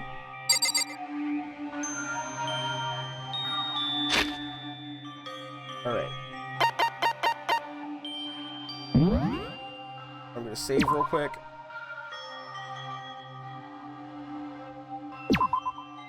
Cool.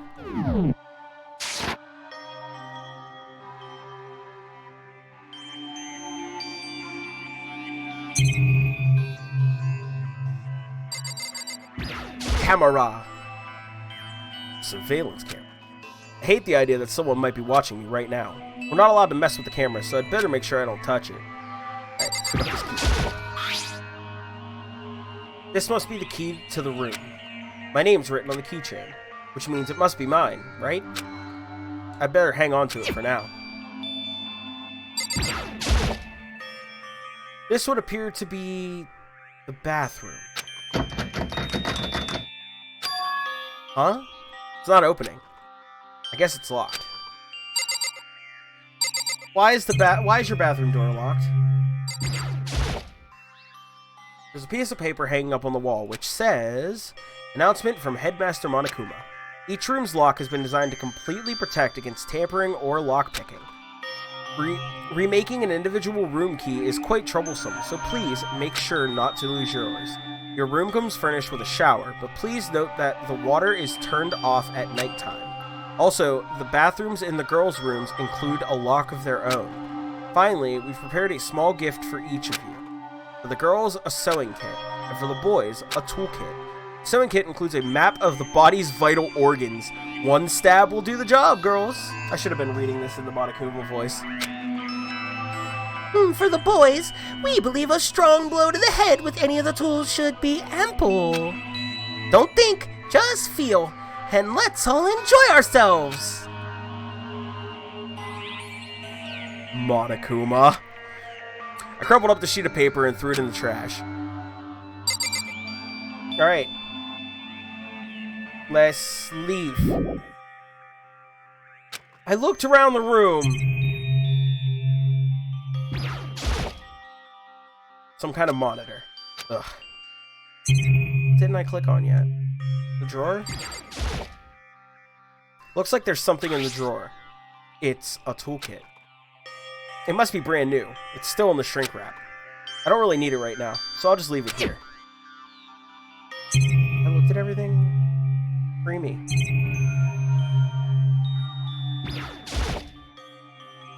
Looks like this door leads outside. It's locked. Some of the rooms have locks, huh? That's how doors work, my guy. I think I'm starting to understand. This room must be... Sleeping anywhere other than the dormitory will be seen as sleeping in class and punished accordingly. What if the girls wanted a chainsaw, right? That'd be way more useful in this scenario anyway.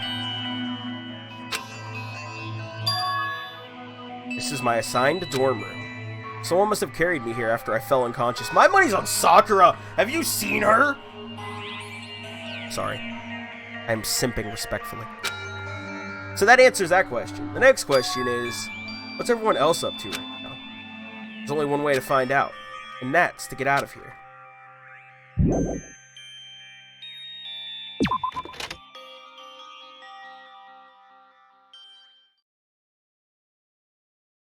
I rushed out of the room to meet up with all the others. But there was someone waiting for me there. It was like something out of an old TV show.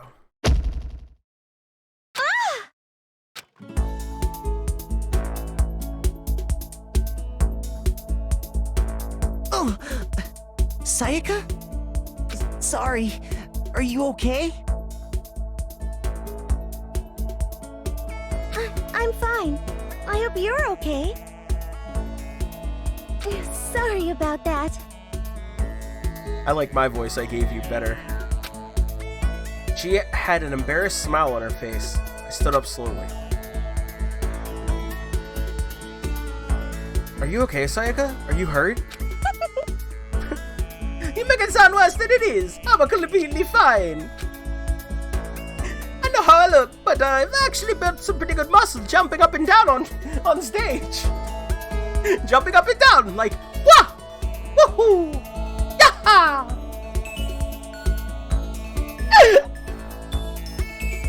Crack myself up, man. That's good then. But are you okay? You know, from when Mondo hit you. He knocked you the fuck out. That's true. I got knocked out right there in front of everyone. I guess I revealed my lack of cool right from the beginning. Mike, you okay, my dude? No, I'm not. I guess I revealed my lack of cool right from the beginning. Oh, I'm fine. Nothing wrong here. That's good. Oh, that's good. I was kinda worried. Thanks? By the way, what are you doing here? Making spaghetti. Sayaka Maizamo. He's a Maizano. God damn. Actually, I came out to get you. You came to get me? Listen. Well, if you are feeling better, I was hoping you could come with me to the dining hall. The dining hall? You see? Yes, the dining hall. We're going to repeat it 7 times. After you got knocked out, everyone decided to go and do their own thing. We decided it would be more effective if we split up to investigate. So we agreed to get together later on and talk about what we just found out. So does that mean it's almost time to get back together? If that's what's going on, then of course I'll go with you. That's good. Good. Good. I'll go on ahead and meet you at the dining hall. We're gonna have a spaghetti. Oh, look at all the doors with the things on them. That's Junko. That's the cosplay one. That's Celeste, if that is your real name. Sakura, my beloved. Aoi. Chihiro. Koko. Miyaka. Makoto, that's us. Okay. Onward. Wait, laundry? Everyone's meeting up at the dining hall. I should head there myself. But look, there's a bath.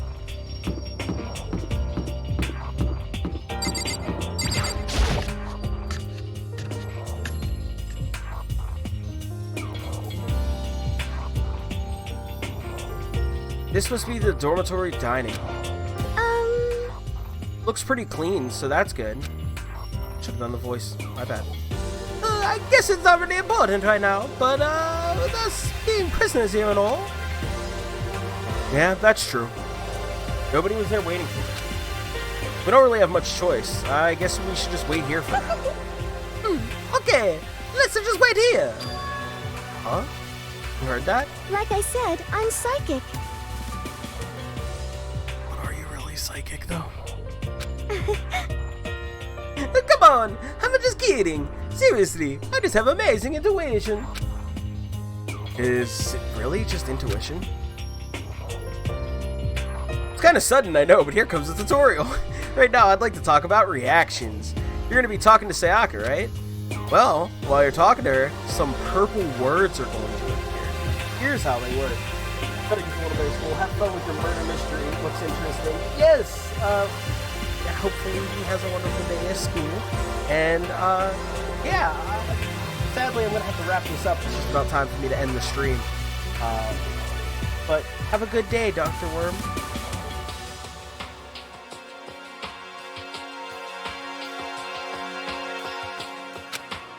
When purple words show up, if you press the right mouse button, you'll go into reaction mode.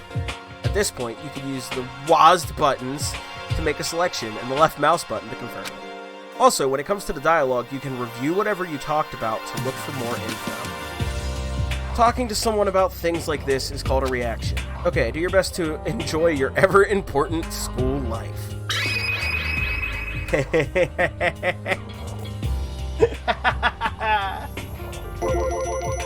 Ah, you've gone ahead and used it already? Well, that's just wonderful. Make sure you keep it in mind as the story keeps moving forward. Okay. Button. This one.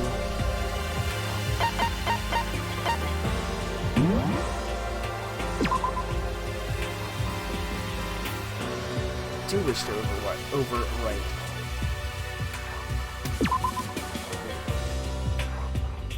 Perfect. Okay.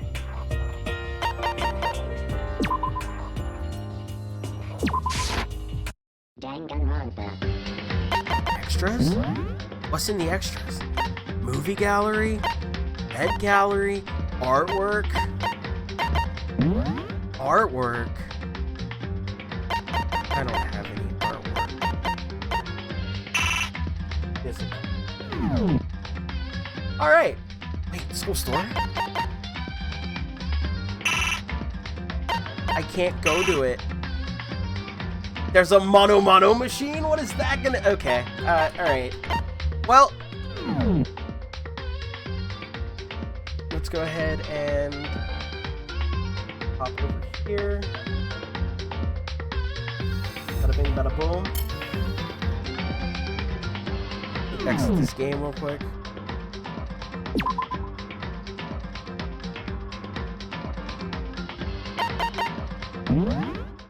Perfect. Okay. Well, how about this? This was fun.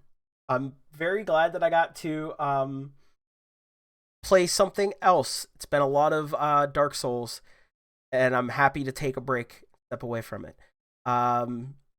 We will be playing more of this game.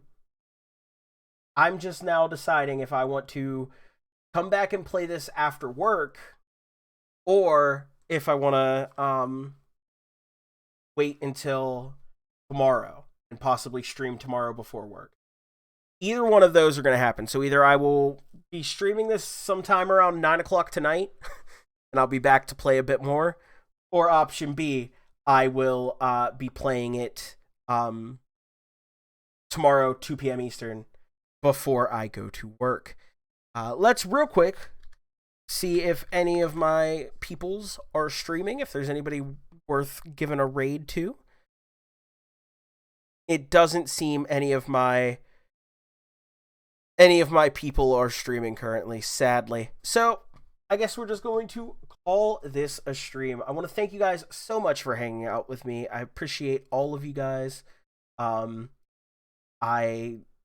hope you have a wonderful rest of your day. Yeah, so that's it. I don't know why I'm dragging this out. So guys, gals, non-binary pals, I love you guys. Eat good food, drink plenty of water, check on your friends, love your pets, and I'll either see you in a few hours after work or tomorrow, 2 p.m. Eastern. Either way, we'll be playing more Danganronpa.